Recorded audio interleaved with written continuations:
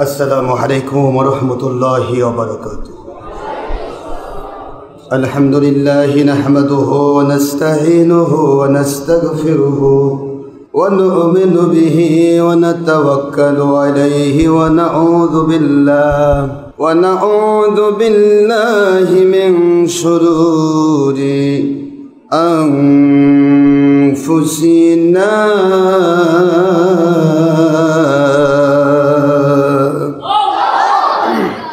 ومن سيئات أعمالنا من يهد الله فهو المهتد ومن يضلل فلن تجد له وليا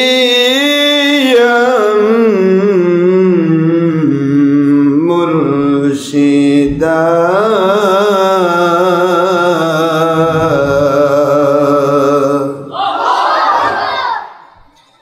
ونشهد أن لا إله إلا الله وحده لا شريك له ونشهد أن سيدنا وسندنا وحبيبنا ومولانا محمدا عبدا ونورا وبشرا شكورا.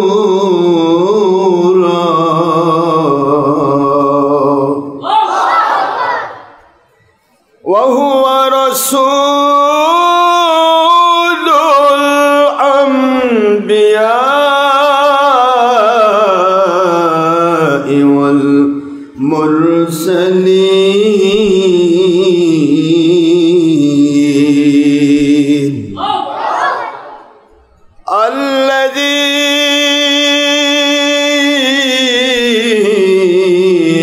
أرسله بالحق شاهدا ومبشرا ونذيرا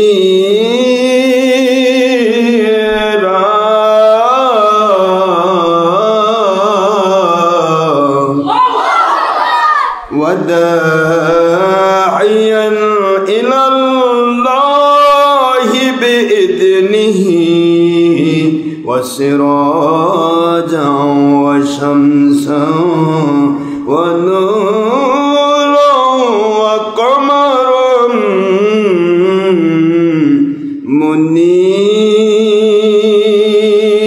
منيرا.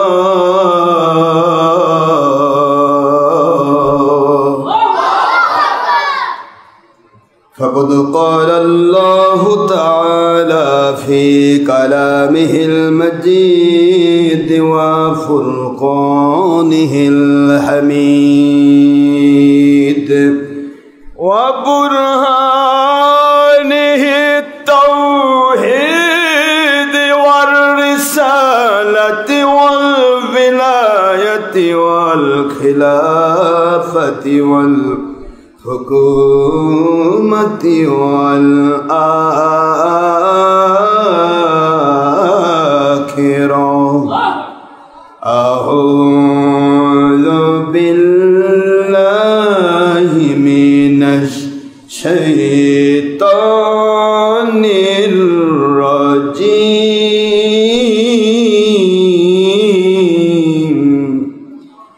الله أكبر ولله الحمد والصلاة والسلام على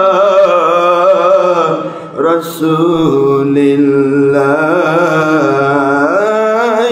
بسم الله الرحمن الرحيم. إن الله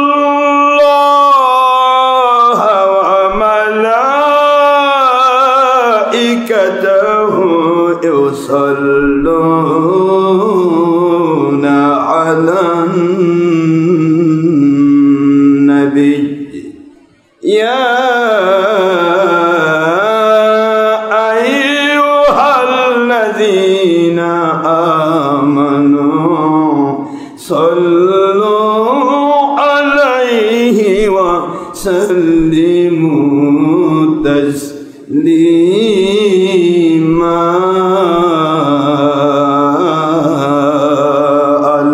اللهم صل على سيدنا مولانا محمد وعلى آل سيدنا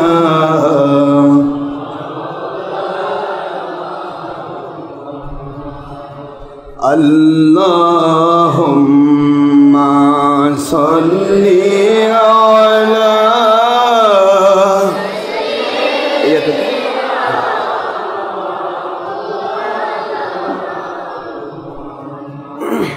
وعلى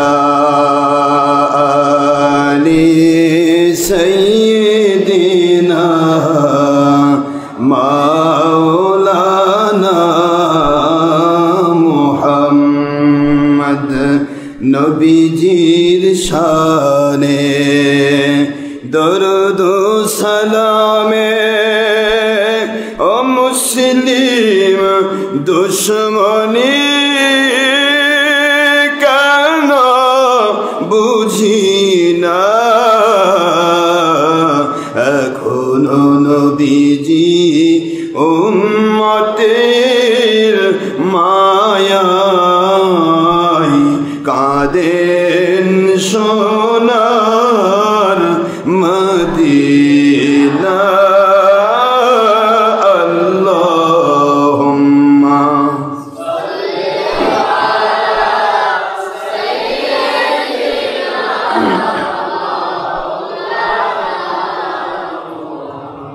وعلى آل سيدنا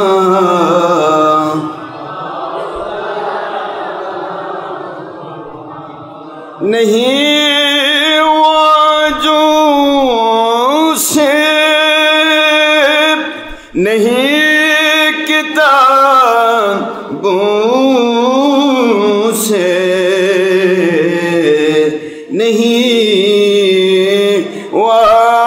वाजों से नहीं बयानों से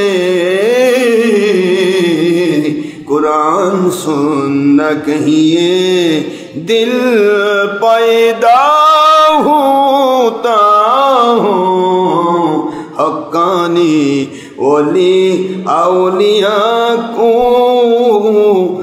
नजरों से अल्लाहुम्मा सल्ली अला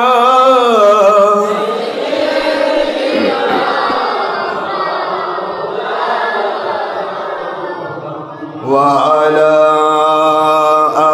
آل سيدنا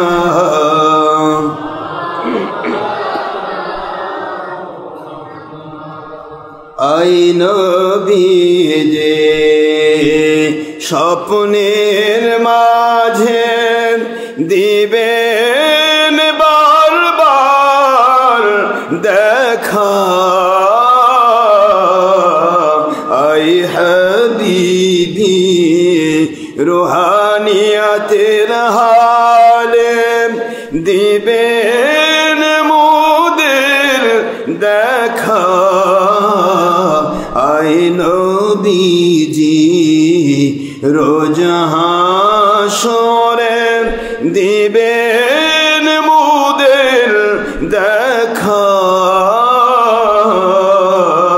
থাকবে না কো বন্ধু সাজন থাকবে না কো দুনিয়ার দল সম্পদ কাঁদব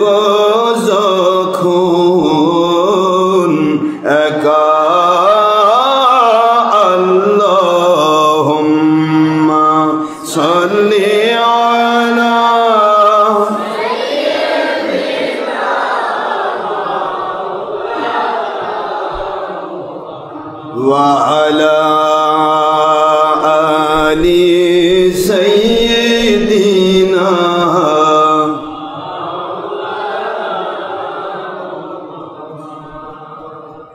আলহামদুলিল্লাহ। মহান আল্লাহ সুবহানাহু তাবারক ওয়া তাআলা খলিক মালিক রব এক অদ্বিতীয় আল্লাহ পাক, যার কোনো অবতার নেই, যার কোনো শরিক নেই, যার কোনো অংশীদার নেই। সেই রব্বুল আলামিন ওনার অপার মেহেরবানিতে আশা করি আপনারা সবাই ভালো আছেন। এই গরমের ভেতরে টাকা পয়সা, সময়, শ্রম ব্যয় করে, ঘাম ব্যয় করে যারা আল্লাহর সন্তুষ্টির জন্য পাগলের মতো ছুটে এসেছেন, দেশ বিদেশ থেকে লক্ষ জনতা যারা আমাদের সাথে radio live, doctor Ashraf Siddiqui online radio, Sunni Waz Bogura, doctor Ashraf Siddiqui Waz collection, বিভিন্ন চ্যানেল থেকে যারা আল্লাহর সন্তুষ্টি পাওয়ার আশায় আমাদের সাথে সম্পৃক্ত আছেন, থাকেন, সকল পুরুষ মহিলা যিনি ইনসান সবাইকে আমার দোয়ার ভিতরে শরিক করছি। সকল শ্রেণীর মানুষ, সর্বস্তরের মানুষ, সিএনজিওয়ালা, অটোওয়ালা, ভ্যানওয়ালা, রিক্সাওয়ালা, হেল্পার, ড্রাইভার, কন্ট্রাক্টর, কুলি, শ্রমিক, মজুর, কৃষক, চাকরিজীবী, ব্যবসায়ী, জনপ্রতিনিধি, ডাক্তার, ইঞ্জিনিয়ার, ছাত্র, শিক্ষক, আইনজীবী, কর্মচারী, কর্মকর্তাবৃন্দ, সর্বস্তরের প্রশাসন, সর্বস্তরের বিচার বিভাগ ও প্রশাসন বিভাগের কর্মচারী, কর্মকর্তাবৃন্দ, আমি সবার জন্য প্রাণ খোলা দোয়া করছি। শুরুতেই মহান আল্লাহ পাক আমাদের সবাইকে মৃত্যু পর্যন্ত আল্লাহর সন্তুষ্টি, নবীজি পাক সাল্লাল্লাহু আলাইহি ওয়াসাল্লামের সন্তুষ্টি, ইখলাসের মধ্য দিয়ে নামাজ, রোজা, হজ, যাকাত, ফরজ, ওয়াজিব, সুন্নত, মুস্তাহাব, নবী প্রেম, ইমানের মধ্য দিয়ে, ইখলাসের মধ্য দিয়ে আমল করে বংশ পরম্পরা আমাদেরকে আল্লাহ পাকের ওলি বান্দা হিসেবে কবুল করুন, আমিন। মহান আল্লাহ পাকের অপার মেহেরবানি, আমরা তার সন্তুষ্টি হাসিলের উদ্দেশ্যে একত্রিত হয়েছে। এখানে কোনো লৌকিকতা নেই, কোনো প্রকার মানুষ দেখানো কোনো সিস্টেম নেই। মানুষ দেখানো সিস্টেম তখনই হয় যখন ছবি ভিডিও করা হয়। ছবি ভিডিও করার মূল উদ্দেশ্য হয় মানুষকে দেখানো, কিন্তু আমাদের উদ্দেশ্য কি? আল্লাহকে দেখানো না মানুষ দেখানো? প্রতিটি সময় একটি উসুল মনে রাখবেন, একটা কায়েদা মনে রাখবেন। পৃথিবীর যত উন্নত মানের আমল হোক না কেন, সে আমল যদি আল্লাহকে দেখানোর জন্য হয়, আল্লাহর সন্তুষ্টির জন্য হয়, ওই মানুষটার ওই আমলটা হবে 10 থেকে 700 গুণ। আর আল্লাহ পাক রব্বুল আলামিন আল্লাহর হাবিব সাল্লাল্লাহু আলাইহি ওয়াসাল্লাম এবং হক্কানি ওলিল আমর মুর্শিদ কিবলা বাদ দিয়ে পৃথিবীর কোনো মানুষ দেখানোর উদ্দেশ্য যদি হয়, তাহলে সেটা হবে রিয়া। আর রিয়া ও শিরকুন খফি। আপনারা মুখস্থ করে রাখবেন এই কথাটা। মানুষ দেখানো আমল কখনো ইবাদত নয়, এটা শিরক। এটা কি বলুন তো বাবারা? শিরকের গুনাহ আপনারা জানেন এটা কত বড়? শিরকের গুনাহ আল্লাহ পাকের কাছে হলো জুলুম। আল্লাহর হাবিব সাল্লাল্লাহু আলাইহি ওয়াসাল্লাম বলেন, আশ-শিরকু লা যুলমুন আযীম। শিরক হচ্ছে সবচেয়ে বড় জুলুম। নাউযুবিল্লাহ বলেন। কার উপরে? আল্লাহ এবং রাসূলের উপরে। দুনিয়ার সাধারণ মানুষের কাছে উপরে জুলুম করলেই কিন্তু সে ব্যক্তি হেদায়েত পায় না। পায়? আল্লাহু লা ইয়াহদিল কওমাজ জালিমিন। আল্লাহ পাক কোন জালেমকে হেদায়েত দেন। আর হেদায়েত যে পায় না, সে দুনিয়ার সব পাইলেও সে ব্যক্তি আল্লাহ পাক রব্বুল আলামিনের কাছে জাহান্নাম থেকে রক্ষা পাবে না, জান্নাত পাবে না। নাউযুবিল্লাহ বলবেন না? প্রশ্ন হলো, আমাদের প্রতিটি আমল হবে আল্লাহকে দেখানোর জন্য। কাকে দেখানোর জন্য? এই আমলটা হবে 10 থেকে 700 গুণ গ্রহণযোগ্য আমল, যাকে বলা হয় ইখলাস। বলুন তো কি? আল্লাহকে দেখানোর জন্য, নবীজি পাক সাল্লাল্লাহু আলাইহি ওয়াসাল্লাম ওনার সন্তুষ্টির জন্য, হক্কানি ওলিল আমর মুর্শিদের সন্তুষ্টির জন্য যদি কোনো আমল হয়, এটা হবে কমপ্লিটলি ইখলাসপূর্ণ আমল, যা আল্লাহ পাক রব্বুল আলামিনের কাছে 10 থেকে 700 গুণের মর্যাদা রক্ষা করবে। তাহলে আমাদের আমলগুলি হবে সেফ আল্লাহ এবং নবীজির সন্তুষ্টির জন্য। মনে থাকবে তো বাবারা? তাহলে এখানে আপনারা যারা এসেছেন আল্লাহকে খুশি করার জন্য, আমি অনুরোধ করছি, কষ্ট করে এসেছেন। সময় কিন্তু এমন একটা টাইম এটা, যে সময় মানুষের সব জায়গাতে মানুষগুলো এখন খাওয়া দাওয়া নিয়ে ব্যস্ত। নামাজও অনেক জায়গায় হয়ে গেছে। আপনারা কি বুঝতেছেন আমার কথায়? নামাজ সব জায়গায়, বেশিরভাগ মসজিদে নামাজ আদায় হয়ে গেছে। তারা ফ্রি, তাদের আর কোনো কাম নেই। এখন শুধুমাত্র মন যা চাইবে তাই করবে। কিন্তু আপনি কিন্তু এখানে মন যা চাইছে তা করতে পারছেন। শুরু করেছেন সেই কালকে, কেউ কেউ দূর থেকে কালকে রওনা দিয়েছেন, কেউ আজকে সকালে রওনা দিয়েছেন, কেউ বা খুব নিকট থেকে আসলেও কমের পক্ষে 1 ঘন্টা আগে আপনি রওনা দিয়েছেন। কি ঠিক না? ঠিক বলুন। এই যে সময়টা আপনার, এই প্রতিটি সময় আমার মালিকের কাছে কত দামি তা জানেন? আল্লাহর বন্ধু সাইয়্যিদুল মুরসালিন, আখেরি নবী নূর নবী হায়াতুল নবী মুহাম্মাদুর রাসূলুল্লাহ সাল্লাল্লাহু আলাইহি ওয়াসাল্লাম পাক জবান মুবারকের সাদ মুবারক করেন, আল্লাহকে পাওয়ার আশায় যে মানুষগুলি আল্লাহর ঘর সমূহে জুমা আদায়ের জন্য রওনা দেয়, আল্লাহকে পাওয়ার আশায়, আল্লাহর হাবিব সাল্লাল্লাহু আলাইহি ওয়াসাল্লামকে পাওয়ার আশায়, আল্লাহ পাক রব্বুল আলামিনের ভাষা উলিল আমরি মিনকুম হক্কানি উলিল আমর পাওয়ার আশায় যে মানুষগুলি রওনা দেয় আল্লাহকে খুশি করার জন্য, ওই মানুষগুলির প্রতি কদম গণনা করে করে 1 বৎসরের নফল নামাজ রোজার চাইতে উত্তম বদলা দেওয়া হয়।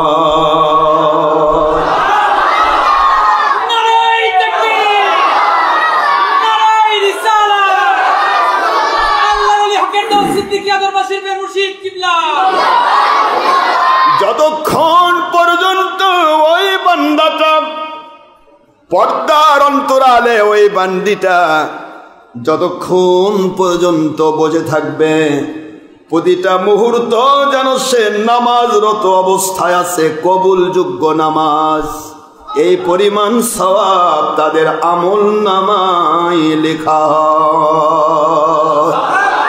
আপনি সময় যতক্ষণ দিয়েছেন পৃথিবীর কোনো কিছুর উদ্দেশ্য নয়, উদ্দেশ্য আল্লাহ এবং রসুলকে পাওয়ার আশা। এই সময়টা যেটুকু দেবেন এর বিনিময়টা হচ্ছে প্রতিটা মুহূর্ত আপনি ইবাদতের রত আছেন, নামাজের রত রয়েছেন। এইটুকুই কি শেষ? এটুকুতেই শেষ নয়।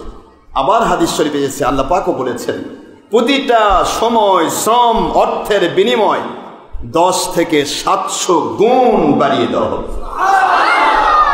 এই যে পাওয়ারগুলি আপনাকে দেওয়া হচ্ছে কি জন্য? মানুষ দেখানোর জন্য? কিসের জন্য বাবারা? মন খারাপ করছেন?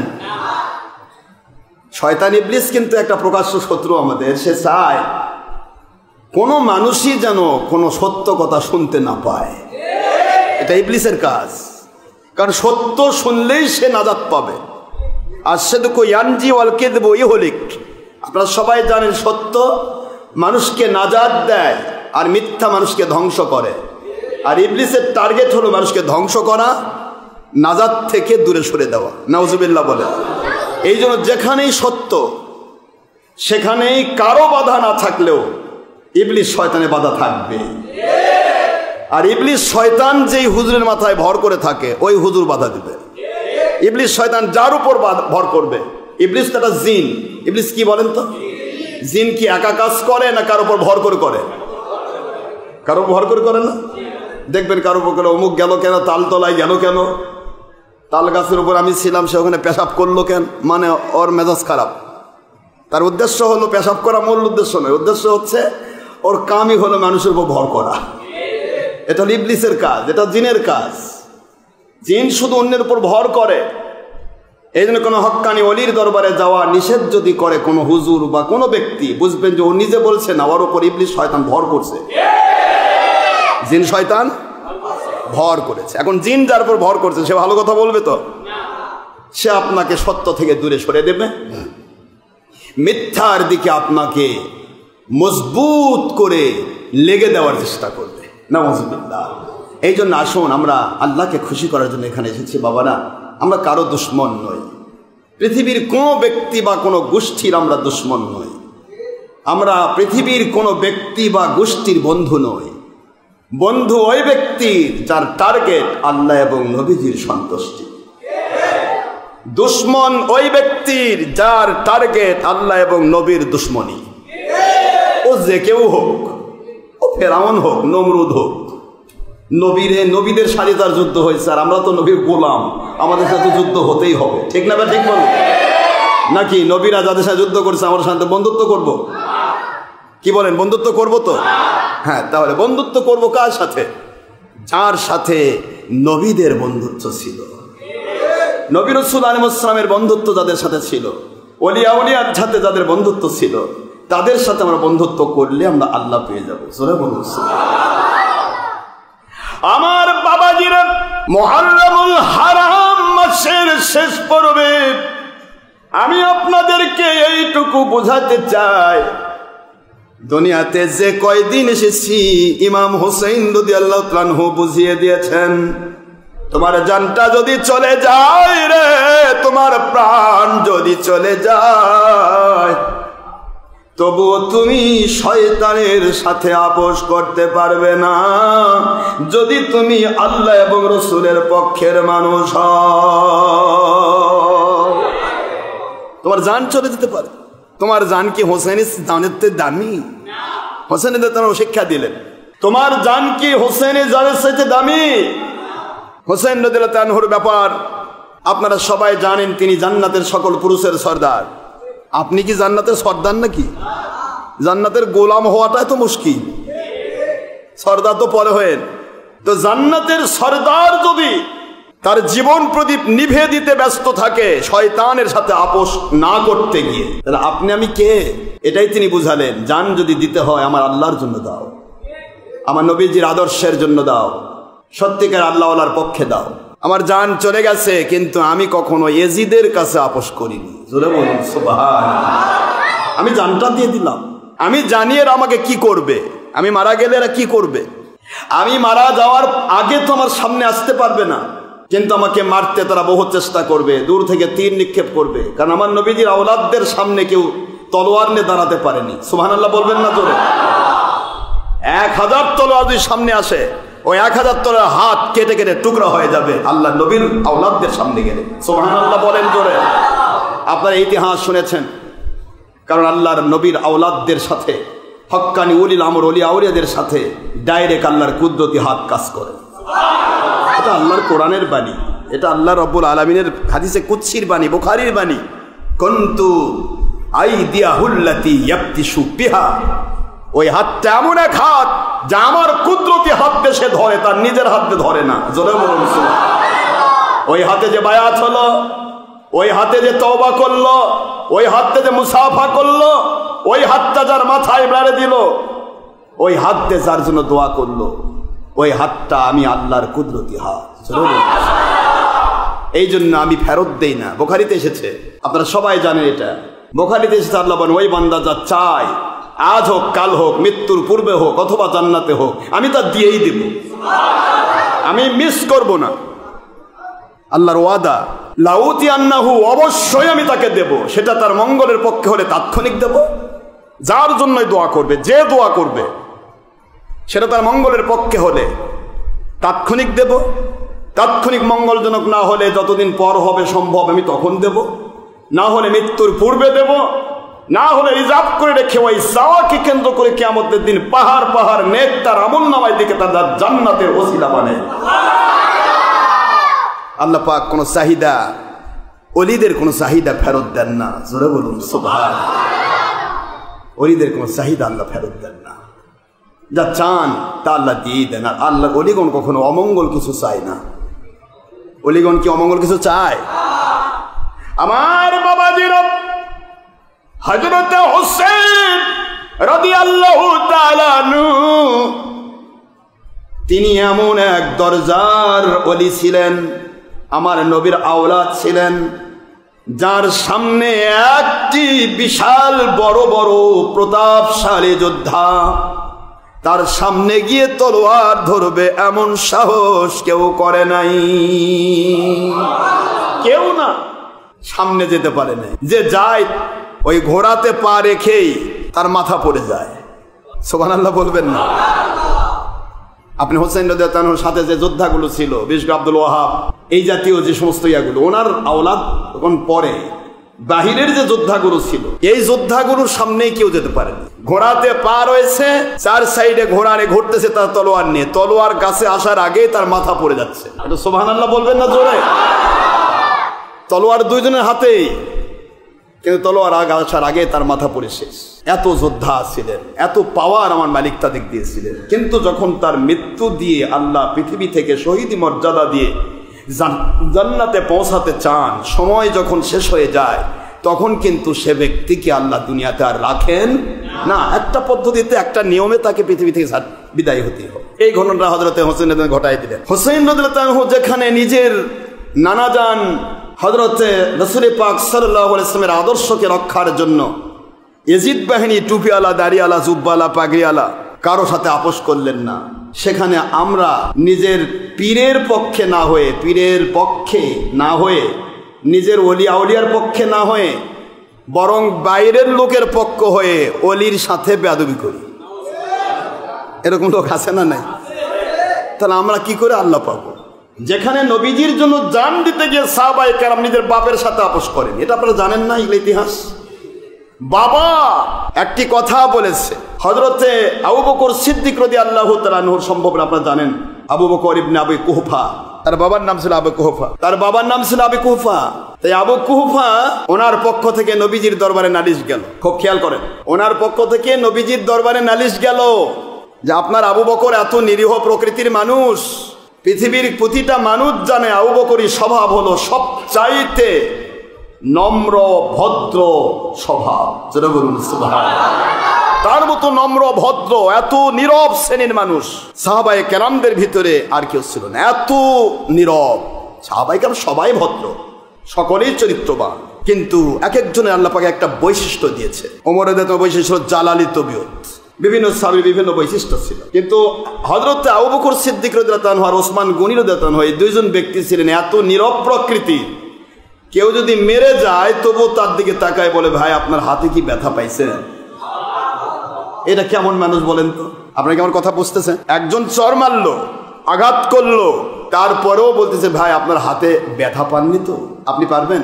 চর মারছে, আপনি পারলে আর মুটকি মারবেন, বক্সেন দিয়ে ওর দাঁত ভাঙে দিবেন, আমাকে চর মারলি।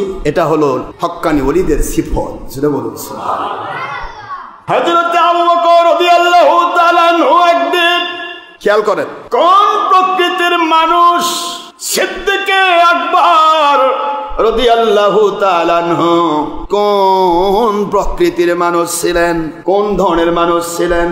আমার নবীর দরবারে নালিশ গেল, এত সুন্দর চরিত্রের মানুষ আবু বকর রাদিয়াল্লাহু আনহু, অথচ তিনি তার বাবার শরীরে আঘাত করেছে। নাউজুবিল্লাহ। নালিশ চলে গেল নবীর দরবারে। নবী পাক সাল্লাল্লাহু আলাইহি সাল্লাম সিদ্দিকে আকবরকে ডাকলেন, আবু বকর, আমি জানি আমার সাহাবায়ে কেরামের মধ্যে সবচাইতে বেশি নীরব প্রকৃতির মানুষ আপনি। আপনার মতো এত বেশি নীরব স্থির মানুষ খুব কমই রয়েছে। আপনার বিরুদ্ধে নালিশ এসেছে, আপনি আপনার বাবার প্রতি আঘাত করেছেন। বাবা ছিল কাফের। বাবা কি ছিল? বাবার প্রতি আঘাত করেছেন। অথচ আমার বাণী হলো, বাবা মা যদি কাফের হয় সন্তান তার উপর জুলুম করতে পারবে না। জোরে বলুন সুবহানাল্লাহ। সন্তান নবীর দরবারে যাওয়ার কারণে বাবা মা জুলুম করবে, এটা তার মর্যাদা বৃদ্ধি করে আল্লাহ এবং নবীর দরবারে উচ্চ মর্যাদা আসন পৌঁছায় দেবে। বাবা মা জুলুম করবে, এটাই স্বাভাবিক, যেহেতু তারা কাফের। কিন্তু কোন সাহাবী, কোন আল্লাহওয়ালা কোন বাবা মার প্রতি জুলুম করতে পারবে না। শুধু একটি জিনিস খেয়াল করবে, আল্লাহ এবং নবীজির বিরুদ্ধে কোনো আদেশ নিষেধ তারা মানতে পারবে না। জোরে বলুন সুবহানাল্লাহ। আল্লাহ এবং নবীজির দেওয়া আদেশ নিষেধের বাইরে যদি বাবা মা কথা বলে তা মানা যাবে না। এইটুকু শুধু আইন, এটা ল। কারণ আল্লাহ রাসূলের বিরোধী আইন যদি মানে তাহলে তো সে ঈমান হারালো। আর ঈমান যখন হারালো তখন বাবার খেদমত করে কি লাভ করবে? বাবার খেদমত তো ইবাদত। ইবাদত তো তখনই থাকে যখন ঈমান থাকে। ঈমানই নাই তো ইবাদত দিয়ে কি করবে? ঈমানই নাই, তার আমল দিয়ে কি হবে? এই জন্য বাবা মা হোক বা স্বামী স্ত্রী হোক, পৃথিবীতে যে যেখানে দায়বদ্ধ, একমাত্র তার জীবন চলার পথে কোনো প্রকার সমস্যা সৃষ্টি হওয়ার সম্ভাবনা না থাকলে কোনো জায়গাতে আল্লাহ এবং নবী এবং হক্কানি উলিল আমর ওলি, তিনটা তো আল্লাহর আইন। হক্কানি উলিল আমর আল্লাহর ওলি, রিসালাতের রাসূল এবং তাওহীদের আল্লাহ, এই তিনটি কন্ডিশন আল্লাহর আদেশ। সূরা নিসা 59 নম্বর আয়াত। তো এই তিন কন্ডিশনের উপরে ভিত্তি করে পৃথিবীর কোনো শক্তির সাথে সে আপোষ করবে না, তাহলে এই ব্যক্তিটা ঈমান নিয়ে জান্নাতে যাবে। আর এই তিন শক্তির বিরুদ্ধে যদি কারোর সাথে আপোষ করে তাহলে তার ঈমান গেল, আর বিরুদ্ধবাদী যারা তারা তো বেঈমান। আল্লাহর বিরোধী দেশ কি ইমানদার? বিশাল বড় টুপি আছে 22 তলা, তাও ইমানদার না। জীবনে 5 ওয়াক্ত নামাজে তার দিনে যদি 100 ওয়াক্ত নামাজ পড়ে তবুও সে ইমানদার না। ইমানই তো নাই, তার নামাজ কি হবে? কারণ আল্লাহর বিরোধী মানে বেঈমান, নবীর বিরোধী মানে ওলির বিরোধী, নাকি ভুল বলছি? ওমান আদালি ওয়ালিয়ান ফাকাদ আযানতুহু বিল হাদ, বুখারী শরীফের 2 খণ্ড 963 পৃষ্ঠা প্রথম হাদিসে করছি, খোলেন। যে ব্যক্তি আমার হক্কানি ওলিদের দুশমনী করে আমি আল্লাহ তার বিরুদ্ধে যুদ্ধ ঘোষণা করি। এখন আল্লাহ যার বিরুদ্ধে যুদ্ধ ঘোষণা, সে তো পাকা মুসলমান। আল্লাহ মুসলমানের সাথে যুদ্ধ করে না বেঈমানের সাথে যুদ্ধ করে? এই তো পরিষ্কার।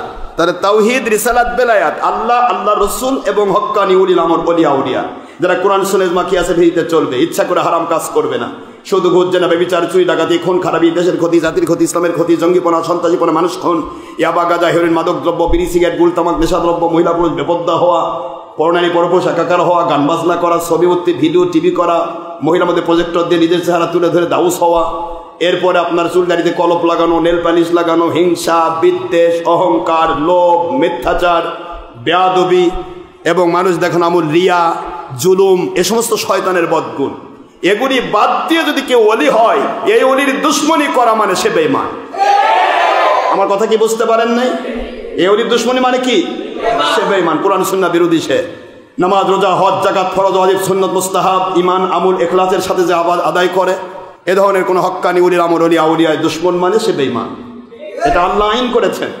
এই জন্য আল্লাহ বলেছেন, আল্লাহ পাক হাদিসে কুদসিতে আবার বলেন আল আউলিয়া কেরাম তাহাতা কবাইব, আমার ওলি আউলিয়াগণ তাদেরকে কেমনে সবাই চিনবে রে? কারণ তারা থাকে সব সময় আমার কুদরতি রহমতি জুব্বার ভিতরে, আমার কুদরতি জুব্বার ভিতরে আমার ওলি আউলিয়াগণ যখন অবস্থান করেন ওই সময় যে কেউ আমার ওলিদের দুশমনি করবে আমার ওলির গায়ে লাগে না, আমার কুদরতি জুব্বায় আঘাত লাগে, সঙ্গে সঙ্গে আমি তার বিরুদ্ধে যুদ্ধ ঘোষণা করি। নাউজুবিল্লাহ বলেন। আমার ওলিদেরকে শুধুমাত্র আমি চিনি, সুবহানাল্লাহ বলেন। আল্লাহ বলেন আমি চিনি। এরপরে আবার আল্লাহ যোগ দিলেন যারা হবে ওলি আউলিয়ার সিমটম যার ভিতরে দেওয়া আছে এই মানুষগুলোই কেবল আমার ওলিদেরকে চিনবে। জোরে বলুন সুবহানাল্লাহ। ওলিকে যে চিনে সে ওলি হোক আর না হোক ওলির সাথে জান্নাতে যাবে।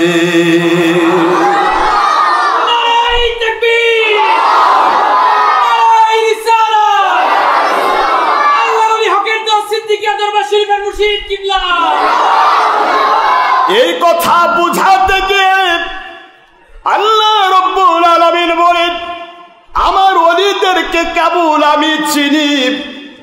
আমার যারা দুনিয়াতে ওলির মাকাম দিতে চায় তারা তাদেরকে আমি চিনাই দেই।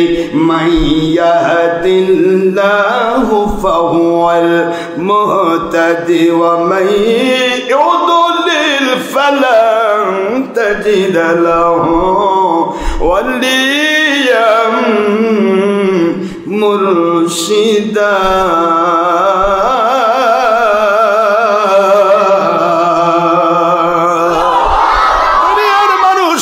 শোনো, যাদেরকে আমি হেদায়েত দিয়ে আমার ওলিদের সাথে দুনিয়াতে রহমত শান্তি বরকতের আওতাভুক্ত করতে চাই, আযাব গজব মুক্তি দিতে চাই, আখিরাতে ওলি এবং নবীর সাথে জান্নাতের সাথী বানাতে চাই, ওই মানুষগুলোই কেবল হক্কানি ওলি আউলিয়ার সাথে মহব্বতের সম্পর্ক রাখতে পারে। ওয়া মাইয়ুদলিল, যেই মানুষগুলি হবে পথভ্রষ্ট গুমরাহ জাহান্নামী, যেই মানুষগুলো হবে দুনিয়ার যাবতীয় হারামের সাথে সম্পৃক্ত, দুনিয়াতে আল্লাহ এবং নবী বাদ দিয়ে শয়তানের দ্বারা নফসের গোলামিতে সম্পৃক্ত, ওই মানুষগুলো দুনিয়ার সব কিছু পাইতে পারে। আমি আল্লাহ ওয়াদা করছি দুনিয়াতে কোরআন শরীফ দিয়ে বুঝিয়ে দিচ্ছে ফালাং তাজিদ লাহু, ওদের জন্য কমের পক্ষে কখনোই পাওয়া সম্ভব নয় ওলিয়াম মুরশিদা।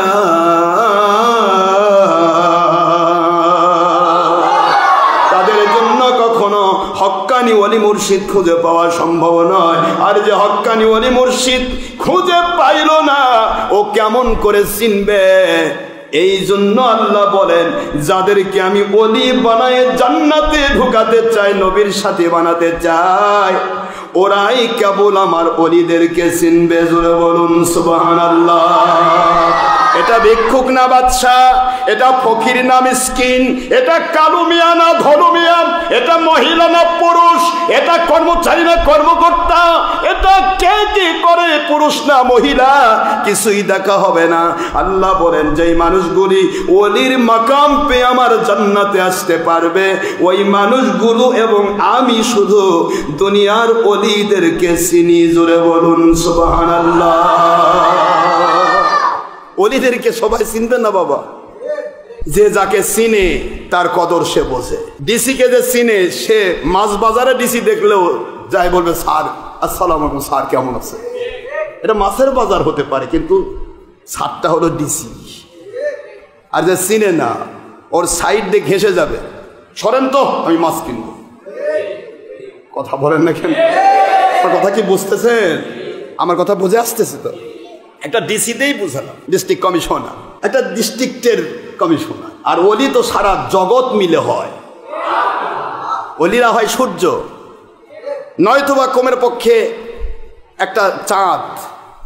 চাঁদ না হতেও পারলে হক্কানি ওলি যারা হবে, তার এক একটা করে তারকা। কি বলেন তো? কি একটা করে তারকা, কাউকাব, নজম, স্টার, তারকার আলো। সবাই পায় না সত্য, কিন্তু তারকা আলোকিত।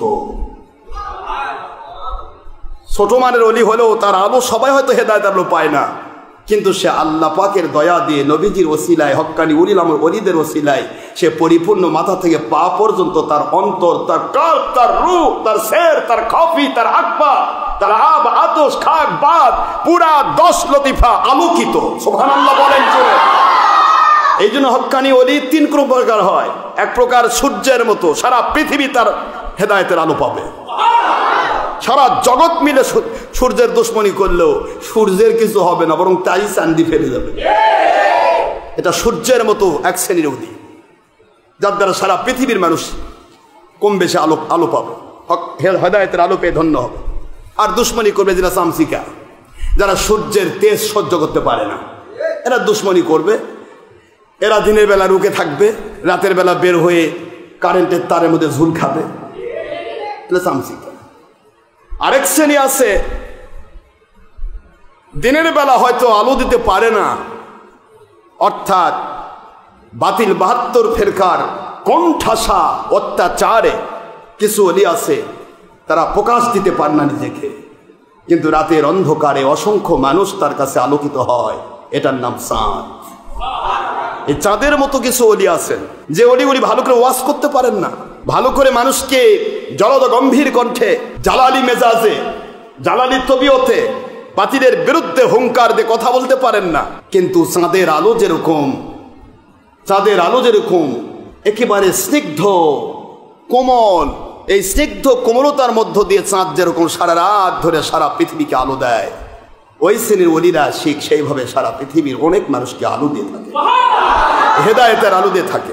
তার ভিতরে জজবা নেই, তার ভিতরে সেরকম পাওয়ারফুল পজিশন নেই যে ওয়াজ করে মানুষকে বোঝাবে, কিন্তু তার ভিতরে তাসাউফের দরজায় আল্লাহ পাক এত মর্যাদা দিয়েছে, সে স্নিগ্ধ কোমল অবস্থায় অসংখ্য মানুষকে হেদায়েতের আলো দিয়ে আলোকিত করে ফেলে। আরেকটা হলো তারকার মতো, তারকা বহুদূর থাকে কিন্তু সে পুরাটা আলোকিত, অন্যকে আলো দেখ আর না দেখ, কিন্তু সে নিজে আলোকিত। জোরে বলছি। এই 3 প্রকার হয় ওলি। কয় প্রকার বলেন তো বাবারা? জোরে বলতে হবে, কয় প্রকার? আচ্ছা, একটারও বিরোধিতা করে পৃথিবী কেউ পারবে তো? সূর্যের বিরোধিতা করে কে পেরেছে? চাঁদের বিরোধিতা করে কে পারবে? তারকার বিরোধিতা করে কে পারবে? এটাই আল্লাহ বললেন, আলা সাবধান, ইন্না নিশ্চয় আউলিয়া আল্লাহ, আমার যারা ওলি হয়, লা খাউফুন আলাইহিম ওয়ালা হুম ইয়াহজানুন, সারা জগৎ একত্রিত হলেও তাকে ভয় দেখাতে পারে না, তাকে কোনো চিন্তায় ফেলতে পারে না। জোরে বলুন সুবহানাল্লাহ।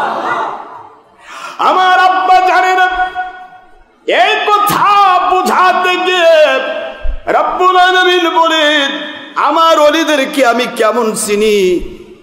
হযরতে হুসাইন রাদিয়াল্লাহু আনহু ফার্স্ট তবকার আওলাদে রাসূলদের মধ্যে ফার্স্ট তবকার ওলি ছিলেন। জোরে বলুন সুবহানাল্লাহ। বায়াতের কানেকশন দেওয়ার জন্য তিনি কুফায় গেলেন, যুদ্ধ করতে যান নাই, কিন্তু বায়াতের কানেকশন দেওয়ার নাম করে বাতিলেরা তাকে ডেকে নিল। কিন্তু সবাই তলোয়ার গুলি সোনার বিনিময়ে বিক্রি করে দিল কুফাবাসী। দেখিবাসী কুফাবাসী ডেকে নিল, তারা 60,000 80,000 চিঠি পাঠায় বলল আমরা বায়াত হতে চাই, নবীজির আওলাদ আপনার কাছে আমরা আলোকিত হতে চাই, বায়াত নিয়ে ধন্য হতে চাই, আপনি আসেন। 60,000 80,000 লোকের দাওয়াতের এই বায়াতের দাওয়াত পেয়ে হোসেন রাদিয়াল্লাহু তার সপরিবারে আসলেন। কিন্তু আসলে তারা শুধুমাত্র আত্মরক্ষামূলকভাবে তলোয়ার কাছে রেখেছিলেন, যুদ্ধের জন্য নয়। আত্মরক্ষা, যদি যুদ্ধের জন্য যেতেন তাহলে হোসেন রাদিয়াল্লাহুর সাথে বিশাল সাজোয়া বাহিনী থাকতো, ঠিক না বা ঠিক? 72-এর কাছেই এজিদ বাহিনীর 22,000-এর যে অবস্থা, যদি সাজোয়া বাহিনী নিয়ে আসতো তাহলে এজিদ বাহিনী কোন দিকে লুকাইতো আল্লাহ জানে। কিন্তু আসলে তো তার উদ্দেশ্য যুদ্ধ করা ছিল না, বায়াত দেওয়ার উদ্দেশ্যে। তাহলে আজকে যারা বলে বায়াত লাগবে না, এখন সেখান তো বায়াত ছিল। হোসেন রাদিয়াল্লাহু বায়াতের উদ্দেশ্যে তো আসতেছেন। আর এজিদ ও হোসেন রাদিয়াল্লাহু বিরোধিতা করেছে একটা কারণে, সেটা হলো এজিদের কাছে কেন হোসেন রাদিয়াল্লাহু বায়াত হলেন না। এই বায়াতই তো মূল প্রসঙ্গ ছিল, কথা বলছেন না কেন? হোসেন রাদিয়াল্লাহুকে দাওয়াত দেওয়া হলো আপনি বায়াত হন, এজিদের কাছে বায়াত হন। হোসেন বলেন আমার আল্লাহ পাক এবং আমার নবীজি আমাকে জান্নাতের সকল পুরুষের সর্দার বানাইছে, একটা মদখোর জুয়ারুর কাছে আমি কি করে বায়াত হই? কথা কয় না, দেখেন আমার কথা বুঝতে পেরেছেন? আজকে যে মুন্সিরা বলে বেড়াচ্ছে এজিদ 100 রাকাত নামাজ পড়তো, 100 রাকাত আর 100,000 রাকাত নামাজ পড়ুক, এজিদ যদি যোগ্য হতো হোসেন রাদিয়াল্লাহু তার কাছে বায়াত হতেন। এখান থেকে প্রমাণিত হয় জাত্তার কাছে বায়াত হওয়া খালি উপরে লেভেল থাকলে বায়াত হবেন। লেভেল এজিদের বহুত লেভেল ছিল। মুআবিয়াকে নজরবন্দি করে মুআবিয়ার নাম করে এজিদ উল্টাপাল্টা করেছে। আজও পৃথিবীতে এমন ভণ্ড এবং অভিশপ্ত দল রয়েছে যারা এজিদকে বন্ধু বানায় আর মুআবিয়ার বিরুদ্ধে ফতোয়া দেয়। বুঝতেই পারেন ইতিহাস, জালেম যখন বেটা হয় বাপকে নজরবন্দি করে রাখা হলো, বুঝতেই দিল না বাপের ব্যাপারে কাউকে, বন্দি করে নজরবন্দি করে রেখে তাকে ঘরবন্দি করে রেখে বাপের আদেশকে বাপ আদেশ করেনি, অথচ এজিদ সেটা বাবার আদেশ নামে ব্ল্যাকমেইল করেছে। কথা বলে না, ইতিহাস বুঝছেন না আপনারা?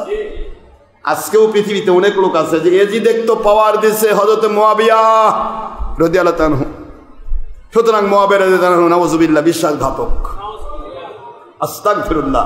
এই আকীদা যার আছে সে ব্যক্তি জাহান্নামের অতল তলদেশের কীট, একদে কিছু হবে না। মুআবিয়া রাদিয়াল্লাহু আনহু হলেন কাতেবে ওহী, ওহীর লেখক। এই যে কোরআন দেখতেছেন, এই পুরা কোরআনের লেখক হচ্ছেন মুআবিয়া রাদিয়াল্লাহু তাআলা আনহু। কোরআন দিয়ে মুখ চুলকাচ্ছেন আর মুআবিয়ার বিরুদ্ধে ফতোয়া দিচ্ছেন। মুআবিয়া রাদিয়াল্লাহু আনহুর বিরুদ্ধে যদি ফতোয়া দেওয়া যায়, কাফের মুশরিক চিন্তা করলো, তাহলে আমরা বোঝাতে পারবো যে একজন লেখক, ওহীর লেখকই যদি বিশ্বাসঘাতক হয় তাহলে ওহী লিখতেও সে ভুল করছে। নাউজুবিল্লাহ বলবেন না জোরে? এইভাবে ইসলামকে বিশ্ববাজারে ধ্বংস করা যাবে, আর ইহুদি নাসারা তারা তাদের ধর্মকে উপরের দিকে তুলতে পারবে। এগুলা প্রটোকল, এগুলি ছিল plan, program. Plan A plan B করতে করতে প্ল্যান জেড পর্যন্ত চলে গেছে, কিন্তু আমার মালিক, আমার দয়ার সাগর আল্লাহ প্ল্যান ছাড়াই হোসেন বাহিনীকে কিয়ামত পর্যন্ত হকের উপর প্রতিষ্ঠিত রেখেছেন, রাখবেন। এজিদের কত প্ল্যান ছিল। প্ল্যান এ এটা যদি বিফল হয় প্ল্যান বি সেটিং করো, প্ল্যান বি যদি বিফল হয় প্ল্যান সি সেটিং করো, সি যদি বিফল হয় জেড পর্যন্ত প্ল্যান দিয়ে দিলাম, সেটিং করো। আজও কিন্তু মানুষ মেলা প্ল্যান করে, কিন্তু সব প্ল্যান নষ্ট হয়ে যায় হক্কানি ওলি আউলিয়ার একটা মাত্র জোরে আওয়াজের বিনিময়ে। প্ল্যান সব ধ্বংস হয়ে যায়। মাকড়াসার জাল সারাদিন প্ল্যান করে, এখানে এই বাড়িতে এই সময় মানুষ নাই, জোন নাই, ভালোই হয়েছে, এই বাড়িতে আমারই তো রাজত্ব চলতেছে, মাকড়াসা রাজত্ব করতেছে। ওই কর্নারে একটা প্ল্যান করে বানালো সুন্দর করে একটা জাল, এখানে টিকটিকি আসে পড়বে আর আমি ধরে ধরে খাবো। ওই কর্নারে একটা জাল বানালো, এখানে মশা মাছি ধরবো আর খাবো। বিভিন্ন প্ল্যান করে plan A, plan B, plan C, Z পর্যন্ত সেটিং করে পুরা বাড়ি মাকড়সা জাল ফেললো। মনে হয় মাকড়সারই বাড়ি, আর কারো বাড়ি নাই। জাল টাল ফেলে বাস বসে আছে। ইঁদুরও ধরা হলো না, বিড়ালও ধরা হলো না, টিকটিকিও ধরা হলো না, মশা মাছিও ধরা হলো না। এর মধ্যে বাড়িওয়ালা আসছে, এসে দেখে কাম সারা, গোটা বাড়ি না মাকড়সার বাড়ি হয়ে গেছে। এবার বাড়ির মালিক চিন্তা করে, মাকড়সার জালে ভয় কি পালে যাব? কি কোন আপনারা মাকড়সার জালে ভয়ে বাড়িওয়ালা পালে যাবে? এবার নিচে পড়ে আছে একেবারে মুড়ে একটা ঝাড়ু, মনে হয় 10 বছর ব্যবহার করছে, তারপরেও ওটা ঝাড়ু মাথা টাথা নাই। এই মুড়া ঝাড়ু দিয়ে চারদিকে স্যার বাড়ি দিল। এখন মাকড়সা কয়, হায় হায় আমার সব প্ল্যান শেষ, প্ল্যান এ থেকে জেড পর্যন্ত সব ধ্বংস। আমার আল্লাহ বলেন, মাথালুহুম কামাথালিল আনকাবুত। দুনিয়ার সকল আল্লাহ এবং নবী বিরোধী শক্তিরা শোনো, বাতিলেরা শোনো, আমার নবীর দুশ্মনেরা শোনো, আমার নবী প্রেমিকদের কাছে তোমাদের প্ল্যান এ থেকে প্ল্যান জেড পর্যন্ত সব ধ্বংস করে দিতে ল্যাংড়া ঝালুই যথেষ্ট। জোরে বলুন সুবহানাল্লাহ। তোমাদের প্ল্যান প্রোগ্রাম হচ্ছে মাকড়সার জালের মতো দুর্বল। এই মাকড়সার জাল নিয়ে চিন্তা করে ওলিদেরকে ধোকা দিব। আরে ওলি তো ওলি, ওলিদের ধোকা দেওয়া দিয়ে সহজ হতো, তারা হোসেন রাদিয়াল্লাহু ধোকা দিতে পারত। এজিদ বাহিনী ধোকা দিতে পেরেছে?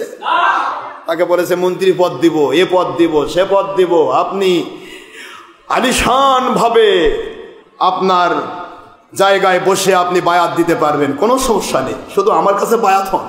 মানে এজিদ ভালো করে জানতো হোসেন রাদিয়াল্লাহু তার কাছে বায়াত হওয়া মানে দুনিয়ার যত লোক তার কাছে বায়াত হবে সবই তো এজিদের বায়াত। আমার কথা বুঝতেছেন না? কারণ লিডারই যখন এজিদের কাছে বায়াত, তাহলে লিডারের কাছে যারা বায়াত তার কার বায়াত? এজিদেরই বায়াত। এটা এজিদ প্ল্যান করেছিল, কিন্তু কামে লাগছে? হোসেন রাদিয়াল্লাহু বলে, তোমার প্ল্যান আমি কি করব, তোমার ওই মন্ত্রিত্ব কি করব, আর আলিশান বাড়িতে থেকে আমি কি করব? আমি তো জান্নাতের বাড়ির পুরুষদের সর্দার, আমি তো অনাদি অনন্তকাল আমার আল্লাহর জান্নাতের সর্দার, তোমার মন্ত্রিত্ব নিয়ে কি করব? আমি আমার ইমান বিক্রি করে দিয়ে আমি জান্নাতের বাড়ি হারাবো? এই জন্য আল্লাহ এবং রসুলের সাথে কানেকশন যার থাকে তার ভিতরে আল্লাহ কুদরত থেকে একটা আলাদা পাওয়ার ঢুকে দেন। এই পাওয়ারটা এমন, হাজার অন্ধকারের ভিতরে যেমন বিজলি চমকায়, দেখবেন আপনার বিজলি চমকান দেখছেন কখনো? মনে করেন যে আপনি জমিতে গেছেন, ধানের জমিতে গেছেন বা রাস্তায় চলছেন, হাট বাজার থেকে আসতেছেন, রাস্তায় অন্ধকার পড়লো, আসমান ঢেকে গেল, এবার চরাত চরাত করে বিদ্যুৎ চমকাচ্ছে, দেখছেন আপনার? এরকম ঘটছে তো? মনে হয় যে এখনই বোধহয় মরে যায়, কান দুই কান এখন যখনই দেখেন আলো জ্বলতেছে কানের মধ্যে হাত দেয়, এরকম আসেনি? দেখছেন? কারণ যে জোরে আঘাত করে গো, ওটা যদি কারোর উপর পড়ে তে 7 তবক জমির নিচে তাক ঢুকায় ঢুকে। এই পাওয়ারফুল বিদ্যুৎ হচ্ছে ওলিদের ভিতরে। আপনি যেখানে যত অন্ধকার হোক, ওলিদের ভিতরে পাওয়ার সেটা বিদ্যুতের মতো চমকাবে। এই বিদ্যুতের মতো চমকানি পাওয়ার যে ওলির মধ্যে নাই, সে ওলি যে কোনো সময় বাতিলের কাছে অর্থ দিয়ে, টাকা দিয়ে, সময় দিয়ে, শ্রম দিয়ে, অথবা কর্তৃত্ব দিয়ে, নেতৃত্ব দিয়ে সে বিক্রি হয়ে যাবে, সে টিকতে পারবে না। তার ভিতরে একটা আলাদা পাওয়ার থাকবে, বিদ্যুতের চমক থাকবে। হাজার অন্ধকার ঘিরে ফেলেছে, ঠাস করে একটা বিদ্যুতের চমক বের হয়ে যাবে, তখন দেখবে যে এটা তো পুরা অন্ধকার। বাতিল সারা জগৎ মিলে যদি তাকে হাজার রকমের টোপ দেয়, টোপ চেনেন তো নাকি? মাছ খাওয়ার জন্য কি দেন? হ্যাঁ, বর্ষের মধ্যে কি সুন্দর টোপ দিয়েছেন, মাছ চিন্তা করে বাপরে কি খাবার, আলিশান খাবার, এই খাবার তো খুঁজেও পাই না। এই খুঁজেও পাই না বলে যখন কামড় দেয়, তখন বড়শিটা তার গলার মধ্যে ঢোকে। আর যখন কয় বাবা এত আলিশান খাবার যখন দিচ্ছে, নিশ্চয়ই কোনো ব্যাপার আছে। আমি আরো কষ্ট করে খাবো, ওই ঘাসের তলে যায়, কিন্তু এটা খাবো না। এইটা যে করলো, ও মাছ বেঁচে গেল। আর যে ভাবলো কি খাবার, এই খাবার থাকতে ওদিকে যাওয়া যায়, লাভ দেখে ধরলো, দেখেন টোপ দিয়ে বসাইছে। ঠিক পৃথিবীতে বাতিল 72 এবং কাফের মুশরিক, বেদিন, বদ্দিন, ইহুদি, নাসারা, মুশরিকিন, জালিম, তাগুত, শিয়া, মুতাজিলা, কাদিয়ানি, বাহাই, ওয়াহাবি, খারেজি, মুদাসসামা, মুশাব্বিহা, জাবারিয়া, কদারিয়া, মুরজিয়া, ইয়াজিদ বাহিনী, বিশর বাহিনী, মুনাফিক বাহিনী, আবু জাহেল বাহিনী, যে কেউ হোক না কেন, আপনাকে যখন টোপ দিচ্ছে বুঝবেন আপনার ঈমান কেড়ে নেওয়ার পায়তারা করছে।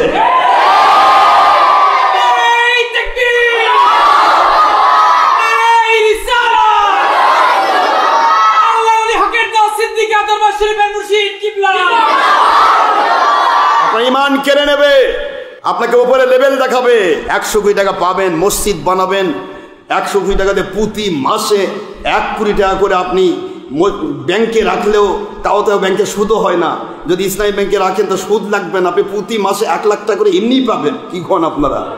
এইভাবে আপনার টোপ দিবে যে 1 লাখ টাকা প্রতি মাসে আপনি কি করবেন? আপনি 2 মাস পর পর একটা করে মসজিদ বানাবেন, মসজিদে আরামে নামাজ পড়বেন, নামাজ পড়াবেন। আরে নামাজেরও তো অর্ধেক দিচ্ছে আপনার। কিন্তু মাঝখানে তার চিন্তা হলো যত লোককে আপনি আল্লাহওয়ালা বানাবেন সব যেন এজিদ বাহিনীর দালাল হয়, তারা যেন আল্লাহওয়ালা না হয়, তারা যেন নবী প্রেমিক হয়ে মরতে না পারে।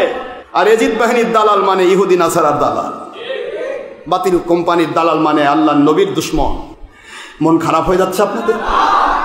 আমার বাবাজিরা, আল্লাহ বললেন আমি তোমাদেরকে একটি ছোট্ট মেসেজ দেই, শোনাও।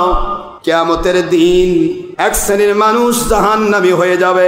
খুব খেয়াল করেন, কষ্ট হচ্ছে না তো? আমার ওলিদের ফোকাস কেমন রে, ওই ফোকাসে আমি কত মানুষকে আলোকিত করি। শোনো, কিয়ামতের দিন জাহান্নাম জান্নাতের ফায়সালা হয়ে গেল। জাহান্নামীরা দৌড় দিয়ে জাহান্নামের দিকে যাচ্ছে, জান্নাতীরা দৌড় দিয়ে জান্নাতে যাচ্ছে। এই মুহূর্তে আমার মালিক এক শ্রেণীর মানুষকে ডাকবে, জাহান্নামীরা এদিকে আসো। চলে আসবে। তোমাদের প্রতি আমার কেন জানি মায়া হয়, তোমরা কি জাহান্নামে যাচ্ছ? জীবনে কি কোনোদিন আমার একজন ওলির সাথে তোমার মহব্বত হয় নাই? কোন ওলির সাথে কি তোমার মহব্বত হয় নাই? আমি তো কোরআনের বাণী বলেছিলাম, লাহুমুল বুশরা ফিল হায়াতিদ দুনিয়া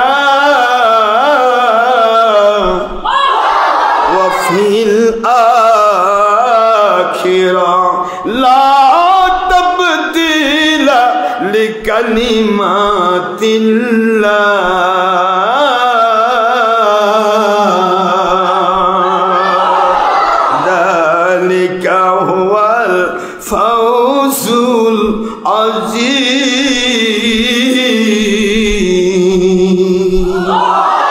আমি তো সূরাতুল ইউনূস আলাইহিস সালাম আমার শাশ্বত বাণী কোরআনে পাকের সূরা ইউনূসের 64 নম্বর আয়াতে ঘোষণা দিয়েছিলাম, আমার যারা ওলি হবে রে, কেন তাদের ভয় নাই তা কি তোমরা জানো?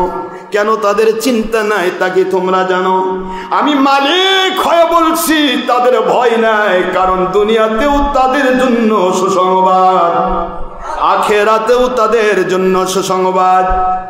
এই সুসংবাদ আমি তাদেরকে দিয়েছিলাম যেই মানুষগুলি আমি আল্লাহ প্রেমিক, নবী প্রেমিক, ওই মানুষগুলোকে সুসংবাদ দিয়েছিলাম। এই আয়াতে কারিমা যখন নাজিল হলো, সূরাতুল ইউনূস 62, 63, 64 নম্বর আয়াতে কারিমা যখন নাজিল হয়ে গেল, মদিনা মুনাওয়ারা সাহাবায়ে কেরাম রাদিয়াল্লাহু আনহুম সকলে একত্রিত হয়ে গেলেন। আল্লাহর বন্ধু, যে ওলি হয়ে গেল সে তো টেনশন ফ্রি হয়ে গেল, যে ওলি হয়ে গেল সে তো পরিপূর্ণ বেঁচে গেল, সে তো আল্লাহর সুসংবাদ পেয়ে গেল, দুনিয়াতে আখিরাতে সুসংবাদ পেয়ে গেল। যে ব্যক্তি ওলি হলো না তার কি ব্যবস্থা হবে? সাহাবায়ে কেরামের আলোচনায় প্রশ্নের জবাবে আমার নবীজি পাক সাল্লাল্লাহু আলাইহি ওয়াসাল্লাম বলেন, সাহাবী, হুজুরের বাণী আসছে সহিহ বুখারীতে, আল্লাহর বন্ধু বলেন, সাহাবী, যেই ব্যক্তি ওলি হয়ে গেল সে তো বেঁচেই গেল, আর যে ব্যক্তি ওলি হতে পারে নাই, সে সাধারণ মুসলমান, ওলি হতে পারে নাই, সে ভিক্ষুক না বাদশা, কালো না সাদা, সে কি করে? মহিলা পুরুষ দেখা হবে না।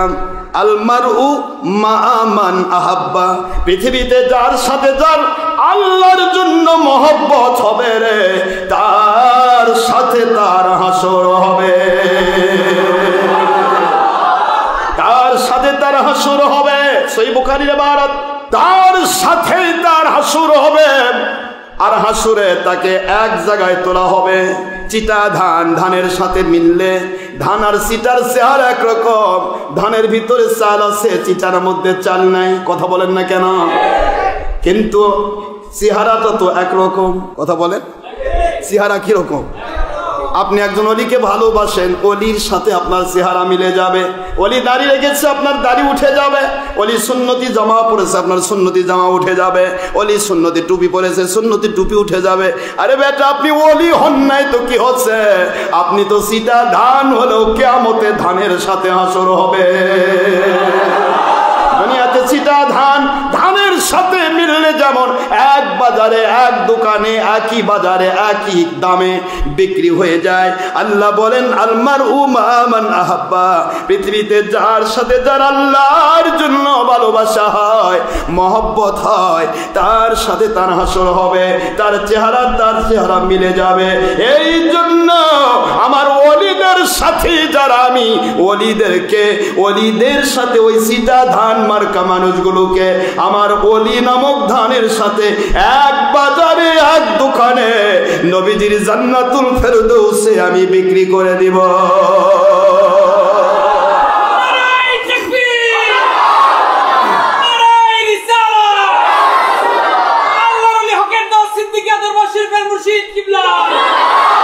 নবীজির আশিকের, নবীজির গোলামের কোনো চিন্তা নাই।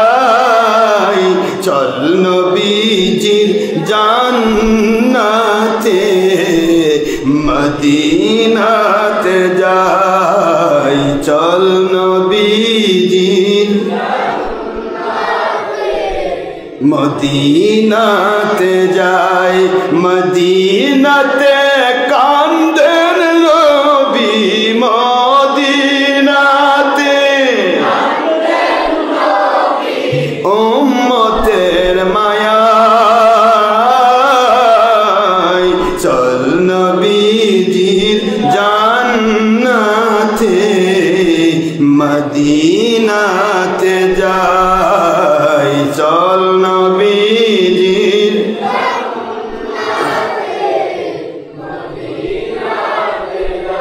কে কে ভালোবাসিবি আয়, ওলির ভালোবাসা পাইলে নবী পাওয়া যায়। সুবহানাল্লাহ। নবীর ভালোবাসা পাইলে আল্লাহ পাওয়া যায়। সুবহানাল্লাহ বলে। সূরা নিসা ৫৯ আয়াতে বলছেন আমার আল্লাহ পাকে, উলিল আমর মানা হইলে নবী মানা হয়। সুবহানাল্লাহ বলে। নবীজিকে মানা হইলে আল্লাহ মানা হয়। মানতে গেলেই মুসলিমদেরকে ভালোবাসতে হয়। চল নবীজির জান্নাতে মদিনাতে যাই, চল নবীজির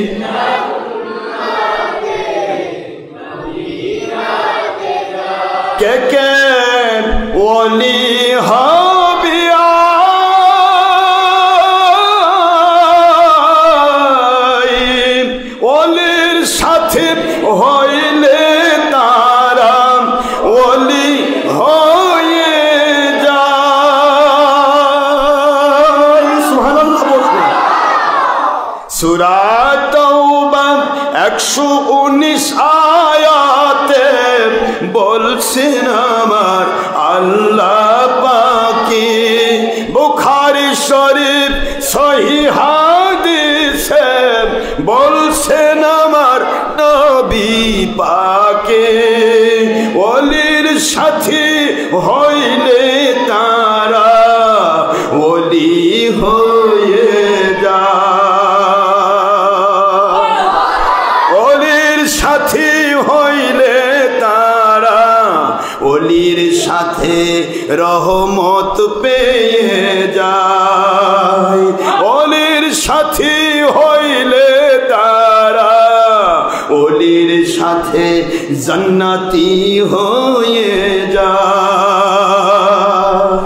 চল নবীজির জান্নাতে মদিনাতে যাই। চল নবীজি মদিনাতে যাই। মদিনাতে কান্দেন নবী মদিনাতে উম্মতের মায়া। চল নবীজির জান্নাতে মদিনাতে যাই। চল নবীজির মদিনাতে যাই।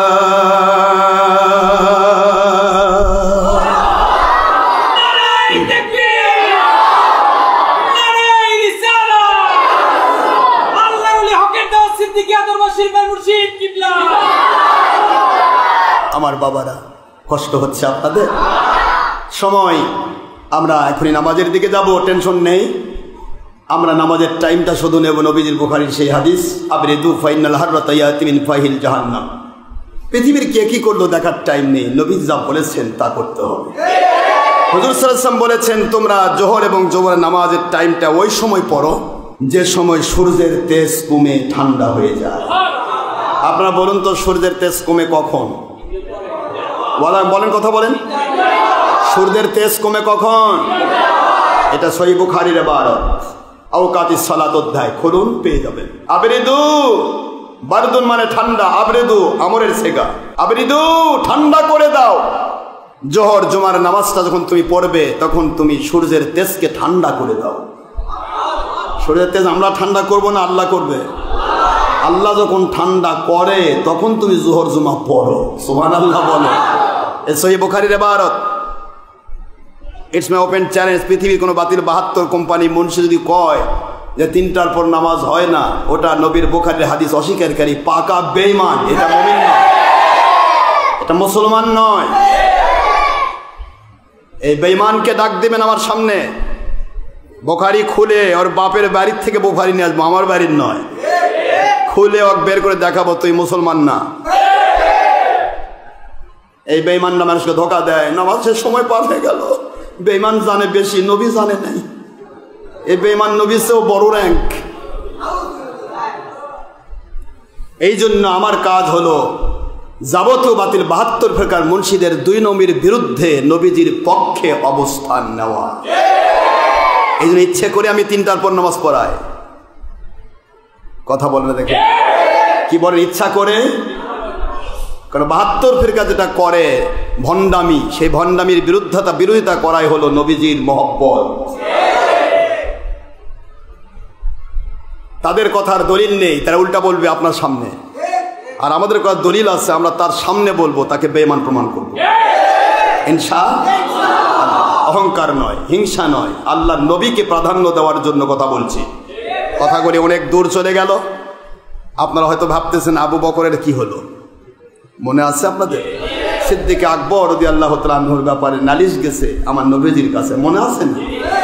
আহা, কোন ধরনের মানুষ ছিলেন সিদ্দিক আকবর? আমি সেদিকেই যাচ্ছি, একটু ছোট্ট করে টাচ দিয়ে যাব, বেশি দূর বলবো না। কত বড় মাপের একজন ব্যক্তি ছিলেন। আল্লাহর হাবিব যেখানে ডাইরেক্ট আইন করে দিয়েছেন, আফদালুন নাস বাদাল আম্বিয়া আলাইহিমুস সালাম, হযরতে আবু বকর সিদ্দিক রাদিয়াল্লাহু তাআলা আনহু। মিশকাত শরীফে 505 পৃষ্ঠায় একটা বাব আছে, বাবের নাম বাবু মানাকিবে আবু বকর সিদ্দিক রাদিয়াল্লাহু তাআলা আনহু। সিদ্দিক আকবরের কত মর্যাদা আছে, এই মর্যাদার উপর একটা বাব এসেছে। মিশকাত শরীফে। সুবহানাল্লাহ, কি মর্যাদা! রাসূল পাক সাল্লাল্লাহু আলাইহি ওয়াসাল্লাম বলেন, আমার আবু বকর সমস্ত নবীদের পরেই শ্রেষ্ঠ মর্যাদার অধিকারী মানুষ। নবীদের পরেই তার স্থান, নবীদের পরে আর প্রথম স্থান কেউ নিতে পারে নাই। সুবহানাল্লাহ, সে আবু বকর। শুনবেন না? মনে হয় কষ্ট হচ্ছে। 3টা যে পার হলো, মনে মনে ভাবতেছেন হুজুর নামাজ শেষ। নামাজ যদি শেষ হয় কিয়ামতের দিন আমার থেকে নিবেন আপনি, আল্লাহ বলবেন আল্লাহ আশরাফ সিদ্দিকী নামাজ শেষ করে দিচ্ছি।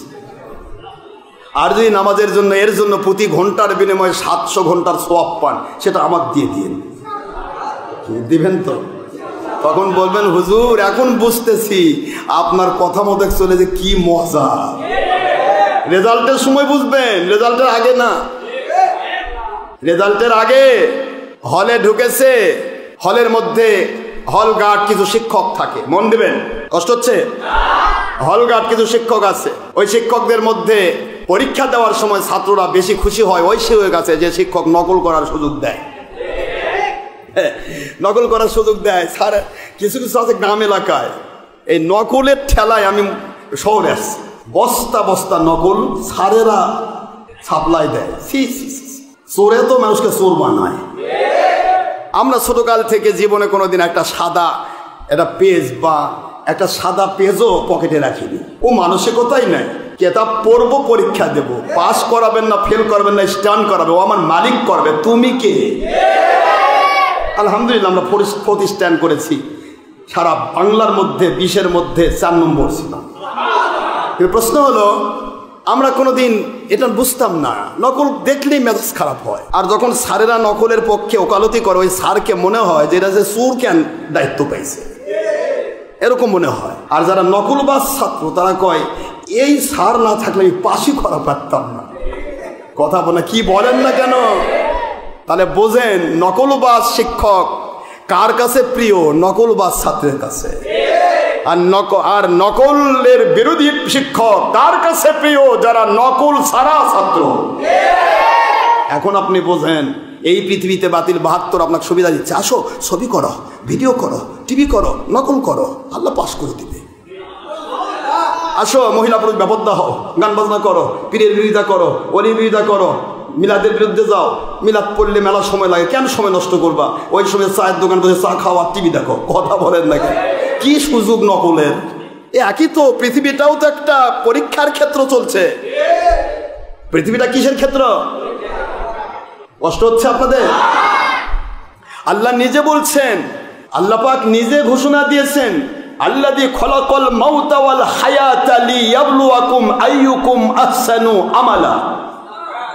আইয়ুকুম আহসানু আমালা, তোমাদের কে ভালো নকল ছাড়া আর কে নকল বাস, এইটা পরীক্ষার জন্য পৃথিবীটাকে একটা পরীক্ষার কেন্দ্র হিসেবে আমি হায়াত আর মৃত্যুর মুআমালা দিয়ে তোমাদের পাঠিয়ে দিলাম। জোরে বলুন সুবহানাল্লাহ। এ তো আল্লাহর বাণী। জীবন চলার পথে খারাপ গবেট ছাত্র যারা, তারা যেমন পরীক্ষার হলে নকল করতে দেওয়া স্যারকে বেশি পছন্দ করে, এই পৃথিবী নামক এই পরীক্ষার হলে যারা নকলবাজ শয়তানের পক্ষের মানুষ, ওরাই নকলবাজ বাতিল 72 ফেরকার চামচাগিরি করে। আর এই পৃথিবীতে যেই মানুষগুলি নকলবাজ শিক্ষকদের পছন্দ করে না, আমি নিজে পছন্দ করিনি, আমি যার কারণে বলছি, যেই শিক্ষকরা নকল করার সুযোগ দেয় আমার মনে হয় অক জুতা মারি। বেটা হারামি, যদি তুই পরীক্ষাই দিবে নকল করে, তাহলে পরীক্ষার দরকার কি? পরীক্ষার উদ্দেশ্যই হচ্ছে ভালো আর মন্দ বিচার করা। আমি লিখতেছি কষ্ট করে, মুখস্থ করে, আমি খাতায় লিখতেছি, আমি রেজাল্ট করবো যা, আর আমার পাশে একজন গবেট লেখাপড়া করে নাই, সে আমার রেজাল্টে আসবে চুরি করে, এটা তো চোর। এই চুরি বিদ্যার কি মূল্য আছে?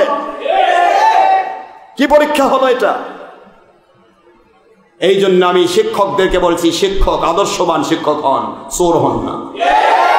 আপনাকে চোরেরা ভালোবাসতে পারে, কিন্তু ভালো মানুষ কখনো ভালো বাসবে না। যেই শিক্ষক কঠিন, ঘাড় ঘুরাতে দেন, ভালো করে পরীক্ষা দাও বাবা, তোমার উজ্জ্বল ভবিষ্যৎ রয়েছে, তুমি ভালো রেজাল্ট করবে, আল্লাহ তোমাকে রহমত করবে। আর যদি পরীক্ষা ভালো না দাও, এদিক দিক তাকাতুকা করো, পরীক্ষা ভালো দিতে পারবে না, রেজাল্ট খারাপ হবে। তুমি এটা করতেছো, এখনই ম্যাজিস্ট্রেট আসলে তুমিও এক্সপেল হবে, আমিও এক্সপেল হব, শেষ হয়ে যাব দুইজন। এগুলি ভালো শিক্ষক বলবে। আর খারাপ শিক্ষক আপনাকে চুরি করে লাগিয়ে দিচ্ছে, বই খুলে দেখবা আমি দেখতেছি। ও বই খুলে লিখতেছে, হঠাৎ করে ম্যাজিস্ট্রেট ঢুকে পড়ছে, ঢুকেই দেখে যে বই খোলা। স্যারকে কয় আপনি একটা গবেন, ছাত্রও গবেন, দুটা এক্সপেল, আউট, দরকার না আপনার, আউট। ম্যাজিস্ট্রেট দুটাকে এক্সপেল করে দিল। এখন এই জায়গাতে মজাটা কার, নকল বাজের না নকল ছাড়াটা? এইটাই হলো আখেরাতের খেলা, এটাই হলো দুনিয়ার মামলা, আখেরাতের খেলা। আপনাকে হারাম কাজ করার সুযোগ দিয়েছে যারা, তারা আপনার দুশমন। আপনাকে হারাম থেকে মুক্তি দিচ্ছে না, আপনাকে হারাম নিয়ে কবরে যায় জাহান্নামে ঢুকাবে, এই পায়তারা করেছে তারা। আর যারা আপনাকে হারাম মুক্ত করতে চায়, যারা আপনাকে নামাজ রোজা হজ যাকাত আওতায় নিতে চায়, যারা মহিলা পুরুষ ব্যবস্থা হতে দিতে চায় না, যারা আপনাকে দাড়ি ছাড়া রাখতে চায় না, যারা আপনাকে হারাম সুদ ঘুষ জেনা ব্যভিচার চুরি ডাকাতি খুন খারাপের মধ্যে রাখতে চায় না, আপনাকে দেশের ক্ষতি, জাতির ক্ষতি, ইসলামের ক্ষতি, জঙ্গিপনা, সন্ত্রাসীপনা, মানুষ খুন, ইয়াবা, গাঁজা, হেরোইন, মাদক দ্রব্য, বিড়ি, সিগারেট খাইতে দেয় না, কথা বলছেন না কেন? যারা আপনাকে হিংসুক হতে দেয় না, অহংকারী হতে দেয় না, যারা আপনাকে নিরীহ প্রকৃতির মানুষ হতে বলে, যারা বলে যে তোমাকে কেউ অত্যাচার করলো, অত্যাচারের বিচার আল্লাহ করবে, তুমি তাকে আঘাত করো না, এই মানুষগুলি আপনার বন্ধু, এরাই ওলি, এরা আপনাকে কিয়ামতে জান্নাতে নিয়ে যাবে নবীজির দরবারে। এরা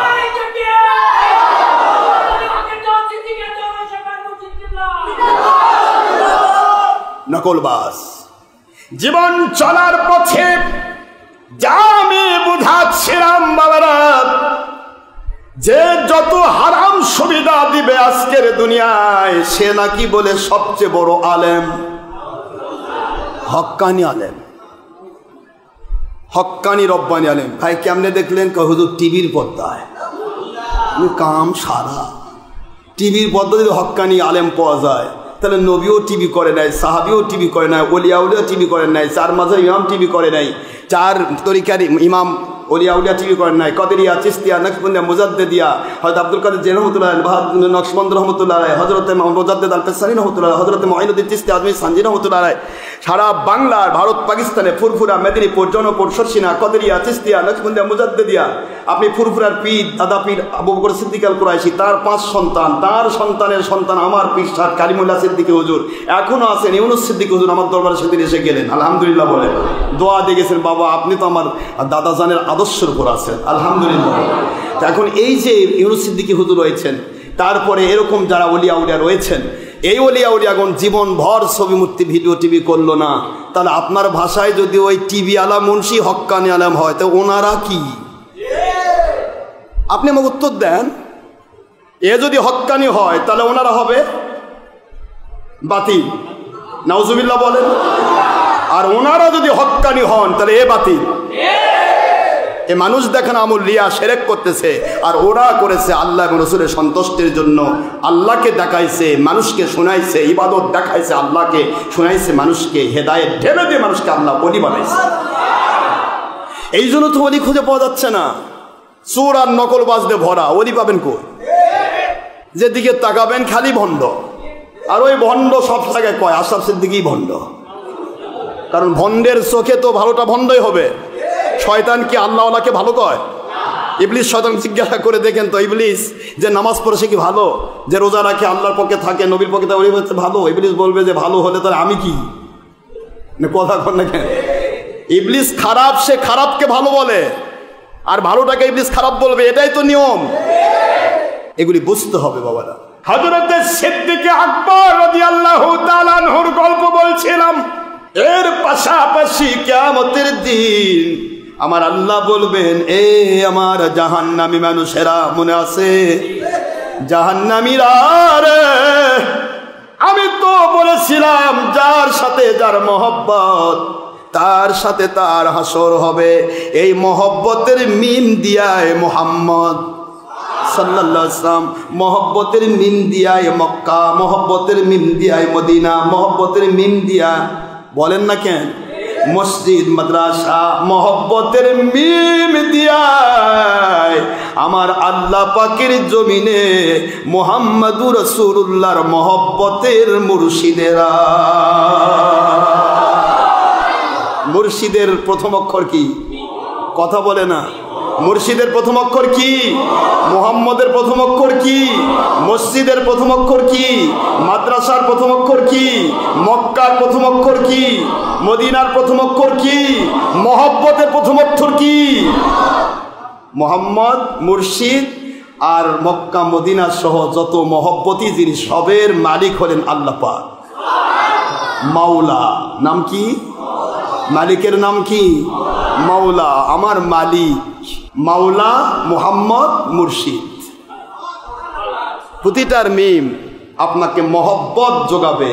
মহব্বত দিয়েই মাওলা পাওয়া যায়, মহব্বত দিয়েই মুহাম্মদ সাল্লাল্লাহু আলাইহি ওয়াসাল্লাম পাওয়া যায়, মহব্বত দিয়েই মুর্শিদ পাওয়া যায়, মহব্বত দিয়ে আমার আল্লাহ পাকের মসজিদ মাদ্রাসা মক্কা মদিনা পাওয়া যায়, জান্নাতি হওয়া যায়। জোরে বলুন সুবহানাল্লাহ।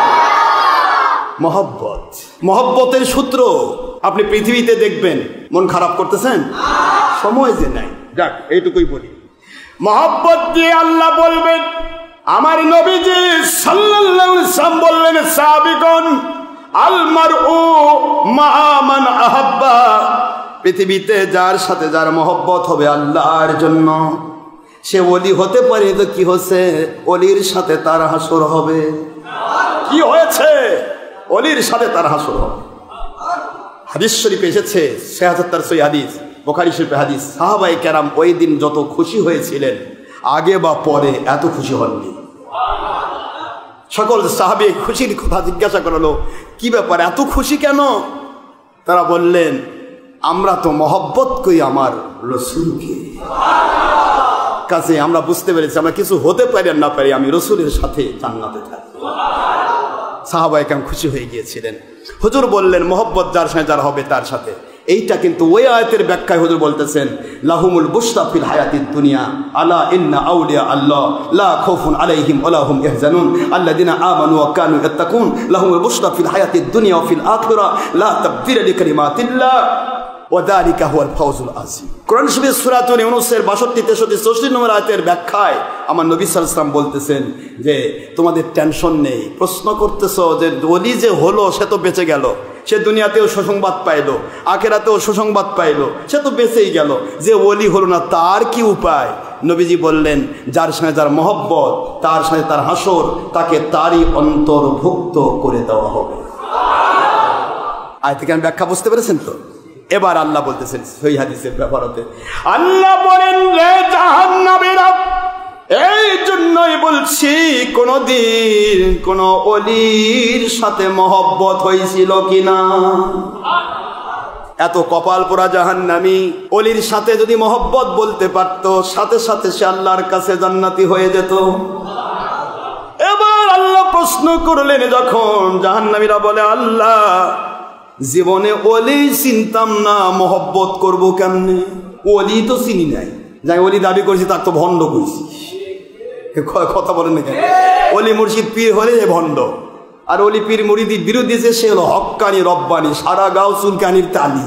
আল্লাহ ওলির দুশ্মনী করেছি, ওলি তো চিনি নাই, তো ওলির মহব্বত করবো কেমনে? দেখছেন, আমার মালিক বলবেন, আবার হাদিস, আবার বলবেন, কোন হক্কানি ওলির সাথে কোনদিন কি এক ঘরে থাকা হয়েছিল?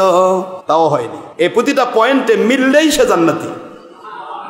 কিয়ামতের সন্ধিক্ষণ, কিয়ামত, জাহান্নাম জান্নাতের ফায়সালা হয়ে গেছে, জাহান্নামে চলে যাবে। এখন আমার মালিক এখন কুদরত থেকে শুধু মাফ করে দেওয়ার ওসিলা খুঁজতেছে। একটু জোরে বলতে হবে সুবহানাল্লাহ। আবতাগু ইলাইহিল ওয়াসিলা। সূরাতুল মাইদার 35 নম্বর আয়াত, 5 নম্বর সূরা, 6 নম্বর পারা, মদিনা অবতীর্ণ আইন। এই আইনগুলো কই যাবে আব্বা? এগুলা কোনো কাম নাই, তাই না? এগুলা আইনের কোনো কাজ নাই।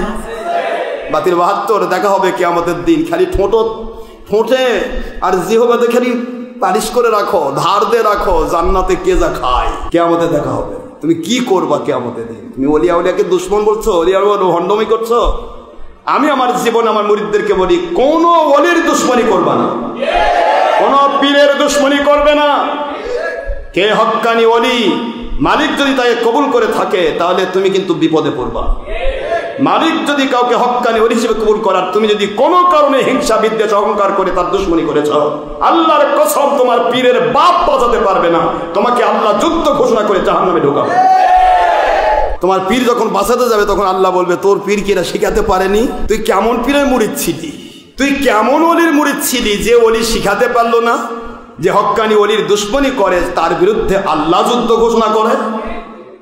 তোর পীর যখন এটা শিখায়নি তাহলে তুই হক্কানি পীরের মুরিদ ছিলি না, তুই ভণ্ড পীরের মুরিদ ছিলি। এই কথাই আল্লাহ তোর পীরকে বলবে। পীরকে বলে তুমি কেমন পীর, তোমার মুরিদদেরকে তুমি শিখাতে পারলে না? বুখারীর এই হাদিসটা পরিষ্কার ওহী, মানে আদেরি ওলিয়ান ফাকাদ আযানতুহু বিল হাদ। এ বাবা তোমরা আমার মুরিদ থাকো, ঠিক আছে, আমার পক্ষ হয়ে, আমার ভিতরে ভুল ত্রুটি থাকতে পারে, 2 নম্বরই থাকতে পারে, হাজার ভুল থাকতে পারে। এই ভুল যখন ধরা পড়তেছে অন্য পীরের কাছে, সেই পীরের দুশ্মনী যদি করো তাহলে কিন্তু তুমি আমি শুদ্ধা জাহান্নামে যাব। এই কথা তোমার পীরকে তোমাকে বুঝাতে হবে, তবে না সে আল্লাহর কাছে সেও বাঁচবে ওই হক্কানি ওলির ওসিলায়। কোন ওলিকে স্বীকার করাও আল্লাহ পাকের কাছে নাজাতের শামিল, কোন হক্কানি ওলিকে স্বীকার করাও আল্লাহর কাছে নাজাতের শামিল। সুবহানাল্লাহ। কিন্তু তোমার পীর খালি হিংসা শেখাচ্ছে, বাবা আমার কাছে এসো, আমি কলব দেই চুলে, যদি কলপের বিরুদ্ধে কয় তাহলে ওর কাছে যাও না বাবা। আমি মহিলার সাথে ব্যাপরদা হয়ে খালি ঠ্যাং টিপে নেই বাবা, মহিলার ব্যাপরদার বিরুদ্ধে কোনো পীর বললে খবরদার তার কাছে যাও না বাবা। তোমার পীর কি চায়? তোমার পীর খালি দুনিয়ার নফসের গোলামি চায়, আল্লাহ এবং রসুল চায় না। ও ভণ্ড পীর দিয়ে গোটা দুনিয়া ভরে গেল, ওটা দুনিয়ার আবর্জনা, ডাস্টবিনের কিট, এগুলাতে কিছু হবে না, এগুলাতে রহমত আসবে না, গজবও বন্ধ হবে না। আরে একটা ভিক্ষুক যদি আমার আল্লাহ এবং রসুলের পক্ষে থাকে, কালু আর ধালু যে কেউ হোক, ভিক্ষুক যদি হয় আর আমার আল্লাহর পক্ষে থাকে, নবীজির পক্ষে থাকে, কোরআন সুন্নাহ ইজমা কিয়াসের পক্ষে থাকে, নামাজ রোজা হজ যাকাত ঈমান আমল আকীদার পক্ষে থাকে, হারামের বিরুদ্ধে থাকে, ওই ব্যক্তির উপর ভিত্তি করে সারা দুনিয়া রহমত নাজিল হবে। আল্লাহ পাক সারা দুনিয়ার কাফেরদেরকে খাবার দেবে, রহমত নাজিল করবে। আর ওই ব্যক্তির ওসিলায় সারা জগতের সমস্ত বিপদ আপদ, সমস্ত গজব বন্ধ হবে, আল্লাহ সারা দুনিয়াকে রক্ষা করবে। জোরে বলুন সুবহানাল্লাহ। খালি উপরে লেফাফা দুরস্ত হলে হবে না, লেফাফা দুরস্তর কোনো মূল্য নেই। আপনাকে আমাকে শিখতে হবে বাবারা। প্রতিটা পীরের দায়িত্ব, যার আন্ডারে 10টা মুরিদ আছে, 10,000 মুরিদ থাক, 10টা মুরিদ থাক, 1টা মুরিদ থাক, তাকে এই সবক দিতে হবে, পৃথিবীর যে প্রান্ত থেকে একটা ভিক্ষুক হোক আর বাদশা হোক, আমার আল্লাহ এবং নবীর পক্ষে, হারামের বিপক্ষে, আল্লাহর সন্তুষ্টি নবীজির সন্তুষ্টির পক্ষে যে কথা বলবে, বাবারা খবরদার ভুলেও তার বিরুদ্ধাচরণ করবে না, বরং তাকে সমর্থন জানাবে। এটাই হবে তোমার নাজাতের ওসিলা। জোরে বলুন সুবহানাল্লাহ। এটা প্রতিটা পীরের কাছে থাকতে হবে, না হলে পীরও ধরা পড়বে।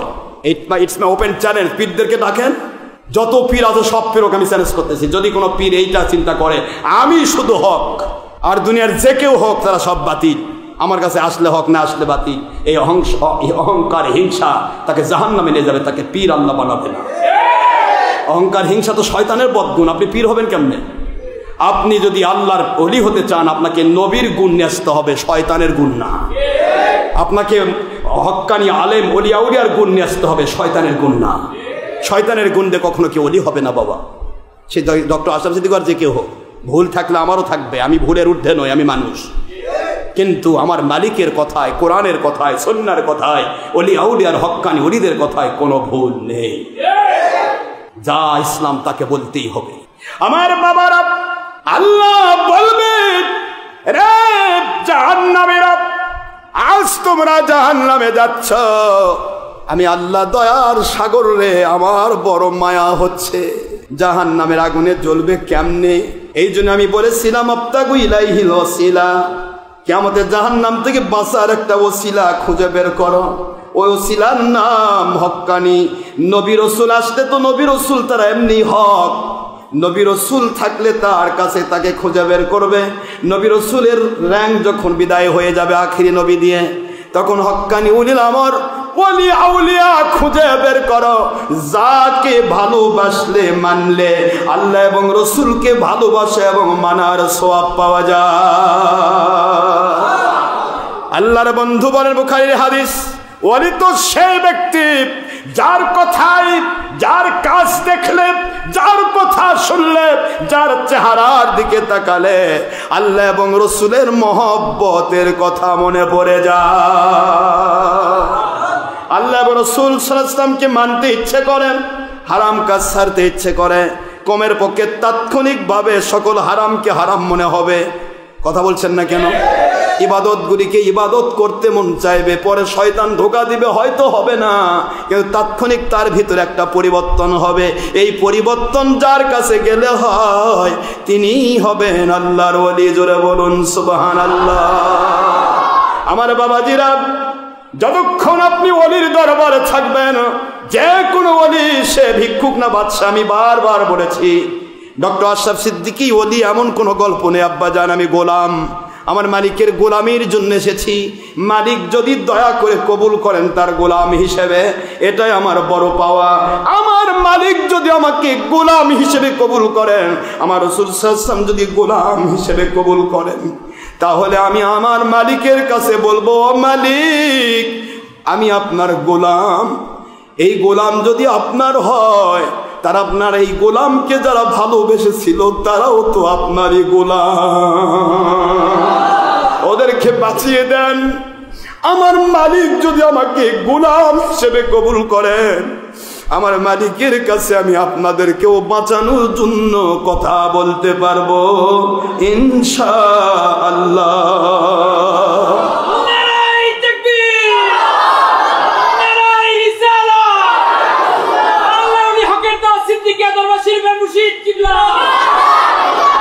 আমার বাবাজিরা, মালিকের কাছে গোলামের দাম বেশি। যে যত বড় মাপের গোলাম, সেই ব্যক্তি মালিকের তত বড় দরজার ওলি। যে গোলাম হতে পারবে না গো, অহংকারের দাপটে চলবে, হিংসায় গজগজ করবে, কিছু সামান্য কিছু পেয়ে জালেম হয়ে যাবে, অর্থের লোভী হবে, শয়তানদের আক্রান্ত হবে, অচিরেই সে আল্লাহ এবং নবীকে ভুলে যাবে, ওর দ্বারা কিছুই হবে না। বাবা, আমি শুধু এইটুকু বলবো, গোলাম বানান। এই দরবারে যারা আছেন, আমি পায়ে হাত দিয়ে বলি, পুরুষ হন মহিলা হন, পুরুষ মহলে হোক, মহিলা মহলে হোক, যারা এখানে কাজ করছেন, আল্লাহর কসম করে বলি, আমি আমার মালিকের গোলাম হিসেবে কিয়ামত পর্যন্ত আমার এই দরবারের সকল কাজ আমার মালিকের কুদরতি হাতে ন্যস্ত করেছি। রাতের অন্ধকারে কে আমার পক্ষে করলো, মালিকের পক্ষে করলো, আর রাতের অন্ধকারে কে আমার বিরুদ্ধে করলো, মালিকের বিরুদ্ধে করলো, ষড়যন্ত্র করলো, সব আমি না দেখলেও মালিক দেখবেন। মালিকের দরকার হলে আমাকে জানিয়ে দেবেন। সুবহানাল্লাহ বলেন। মালিক দেখবেন, সেখানে আপনাকে ভালো কাজের রেজাল্ট দেবেন। আপনার ষড়যন্ত্র এবং হিংসা অহংকারের অবশ্যই আপনাকে সাজা দেবেন। সাজাটা এইটাই, দীর্ঘদিন যদি আল্লাহর সন্তুষ্টি পেতে আপনি কাজ করেছেন, হয়তো আপনাকে ধ্বংস করবেন না, কিন্তু একটা টাইমে আল্লাহ পাক লাথি মেরে ডাস্টবিনে ফেলে দেবে, হক থেকে সরে দিবে, আর কোনোদিন হকে আসতে পারবেন না। এই পজিশন আসার আগে আমার বাবা, আমি পায়ে হাত দিয়ে বলছি, পুরুষ মহিলা মহল, আমি সবাইকে জানি আমরা আল্লাহর গোলাম। এখানে আমাদের নিজস্ব অস্তিত্ব বলে কিছু নাই। যিনি আসবেন, আমার পয়েন্ট হলো হক্কানি ওয়ালি এবং আলেম হওয়ার নিয়তে বায়াত হন এবং ভর্তি হন। হক্কানি আলেম এবং ওলি হওয়ার বানানোর নিয়তে দেশ বিদেশে ছড়িয়ে পড়ুন। এই টার্গেটের উপর আমার জিন্দেগি। আর হক্কানি ওলি তো সেই হবে যে সবচাইতে বড় আমার আল্লাহর গোলাম হবে। আল্লাহর গোলামির ভিতরেই রয়েছে কামিয়াবি। ঠিক না? ঠিক বলুন। আমি তো ভাব আমি কি হলাম রে? নো, আমাদের মর্যাদা ওই জায়গায় যখন আমি নবীকে মানতে পারবো, যখন আমার আল্লাহকে মানতে পারবো, আল্লাহর হাবিবকে মানতে পারবো, তখন আমার মর্যাদা। এর আগে আমার কোনো মর্যাদার মূল্য নেই, ভ্যালুলেস। সারা দুনিয়া যদি নবীর দুশ্মনদের ভরে যায়, ওটা 22 তালা টুপি পড়ুক না কেন, সারা 22,000 বার রাকাত নামাজ পড়ুক না কেন, নবীর যে দুশ্মনী করলো, নবীকে আমাদের মতো বললো, বড় ভাইয়ের মতো বললো, মাটির মানুষ বললো, নবীর মিলাদের দুশ্মনী, কিয়ামের দুশ্মনী, হাত্তুর বরাতের দুশ্মনী, শবে বরাত, শবে কদর, ঈদে মিলাদুন নবী সাল্লাল্লাহু আলাইহি ওয়াসাল্লামের দুশ্মনী, আশুরা মুহররমের দুশ্মনী, বায়াত হওয়ার দুশ্মনী, মাযহাব মানার দুশ্মনী, ইত্যাদি দুশ্মনীগুলি যে করলো, এটা দুনিয়ার ডাস্টবিনের কিট। এটাতে কিছু হবে না, এটা কিট হয়ে জাহান্নামে যাবে, এগুলিতে কিছু হবে না। এটা দুনিয়ার ডাস্টবিনের কিট, এর আবর্জনা। এই আবর্জনাগুলিকে আল্লাহ সাফ করবেন ইমাম মাহদী নাজিল হলে ইনশাআল্লাহ। বলেন জোরে। ইমাম মাহদী আলাইহিস সালাম নাজিল হলে আবর্জনা সাফ হবে, এগুলাতে কিছুই হবে না, গোটা দুনিয়া ভরে গেলেও কিছু হবে না। নবীর দুশ্মনদের কিছুই হবে না। নবীর দুশ্মন কখনো ওলি হতে, আল্লাহ বলবেন কোন ওলির সাথে এক বাড়িতে থাকতে পারো না, ঠিক আছে। কোন ওলির সাথে একসাথে কি কোনোদিন খেতে বসেছিলে? না, তাও হয়নি। কোন ওলির সাথে কি কোনোদিন মুসাফা করেছিলে? কয় তাও হয়নি। কোন ওলির এত পয়েন্ট দেওয়ার পর আল্লাহ তো কদরে মতলক তিনি তো ভালো করে জানেন কি দিয়ে এক বাঁচান লাগবে। এবার বলবে বান্দারে জাহান্নামে যাচ্ছ যাও, কিন্তু একটি বার আমাকে বলো কোন ওলির সাথে, হক্কানি ওলির সাথে মহব্বত ছিল, ওলির দরবারে যাতায়াত করত, এমন কোন মানুষের সাথে কি তোমার সম্পর্ক ছিল? তখন বলবে আল্লাহ আমি বড় পোড়া কপাল, আমার গ্রামে অমুক অমুক ব্যক্তি হক্কানি ওলির দরবারে যেত, কিন্তু আমি যেতে পারি নাই, তবে তার দুশ্মনীও করি নাই, তার সাথে আমার মহব্বত ছিল। আল্লাহ বলবেন আমার ওলির মহব্বতী বান্দা, ওলির মহব্বতী মুরিদ আর আমার মহব্বতী বান্দা, সেই ওলির মহব্বতী অনুসারী মুরিদের সাথে যখন তোমার মহব্বতের সম্পর্ক ছিল, ওই ওসিলাই বান্দারে আর জাহান্নামে যাস না, যা আমি আমার ওলিদের সাথে জান্নাতের সাথী বানায়া দিলাম।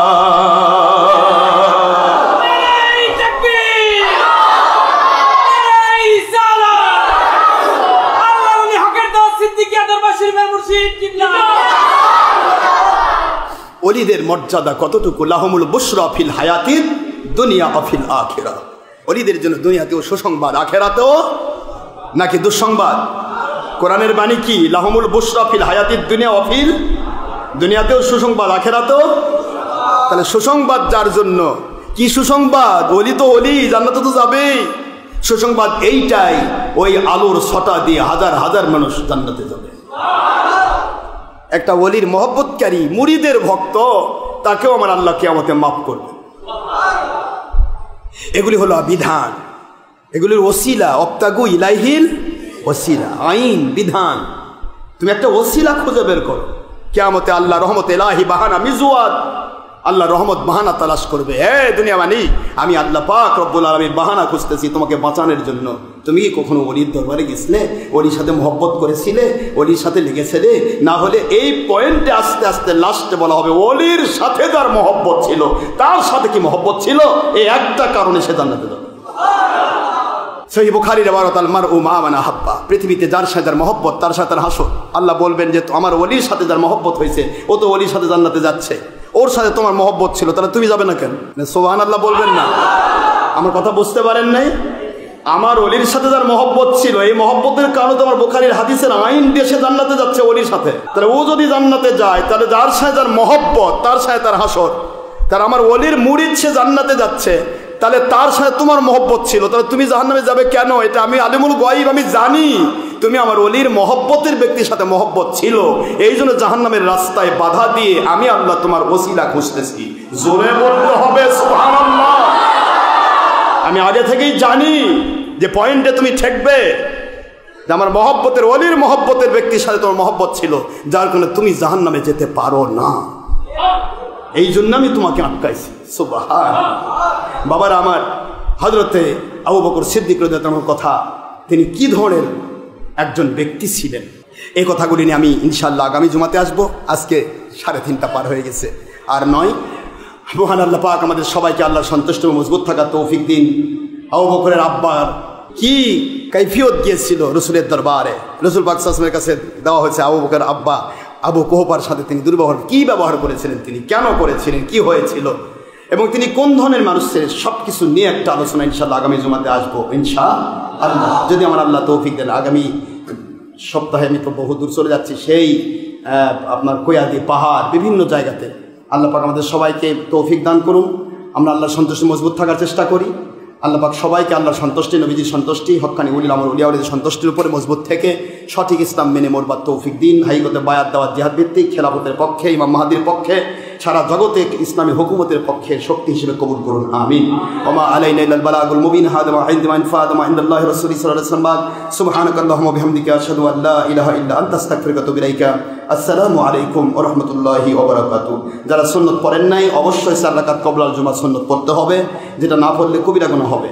মনে রাখতে হবে সুন্নতে মুআক্কাদা জুমার দিন কমের পক্ষে 10 রাকাত। মনে বলেন তো কয় রাকাত? পূর্বে ক্বাবলাল জুমা 4 রাকাত, যেটা জোহরের আগে 4 রাকাত, পরের বাদাল জুমা 4 রাকাত, যেটা জুমার জন্য নির্দিষ্ট, আর পরে 2 রাকাত ওয়াক্তে সুন্নত, যেটা জোহরের ওয়াক্তে সুন্নত। জোহরে যে 6 রাকাত সুন্নত, আর এটা যোগ হয়েছে আরও 4 রাকাত। এই 6 আর 4 10 রাকাত সুন্নত। এটা মুআক্কাদা। 1 রাকাত বাদ দিলে সে কবিরা গুনাহগার হবে। এর সাথে জুমার 2 রাকাত একত্রিত হবে। আসসালামু আলাইকুম ওয়া রাহমাতুল্লাহি ওয়া বারাকাতুহু।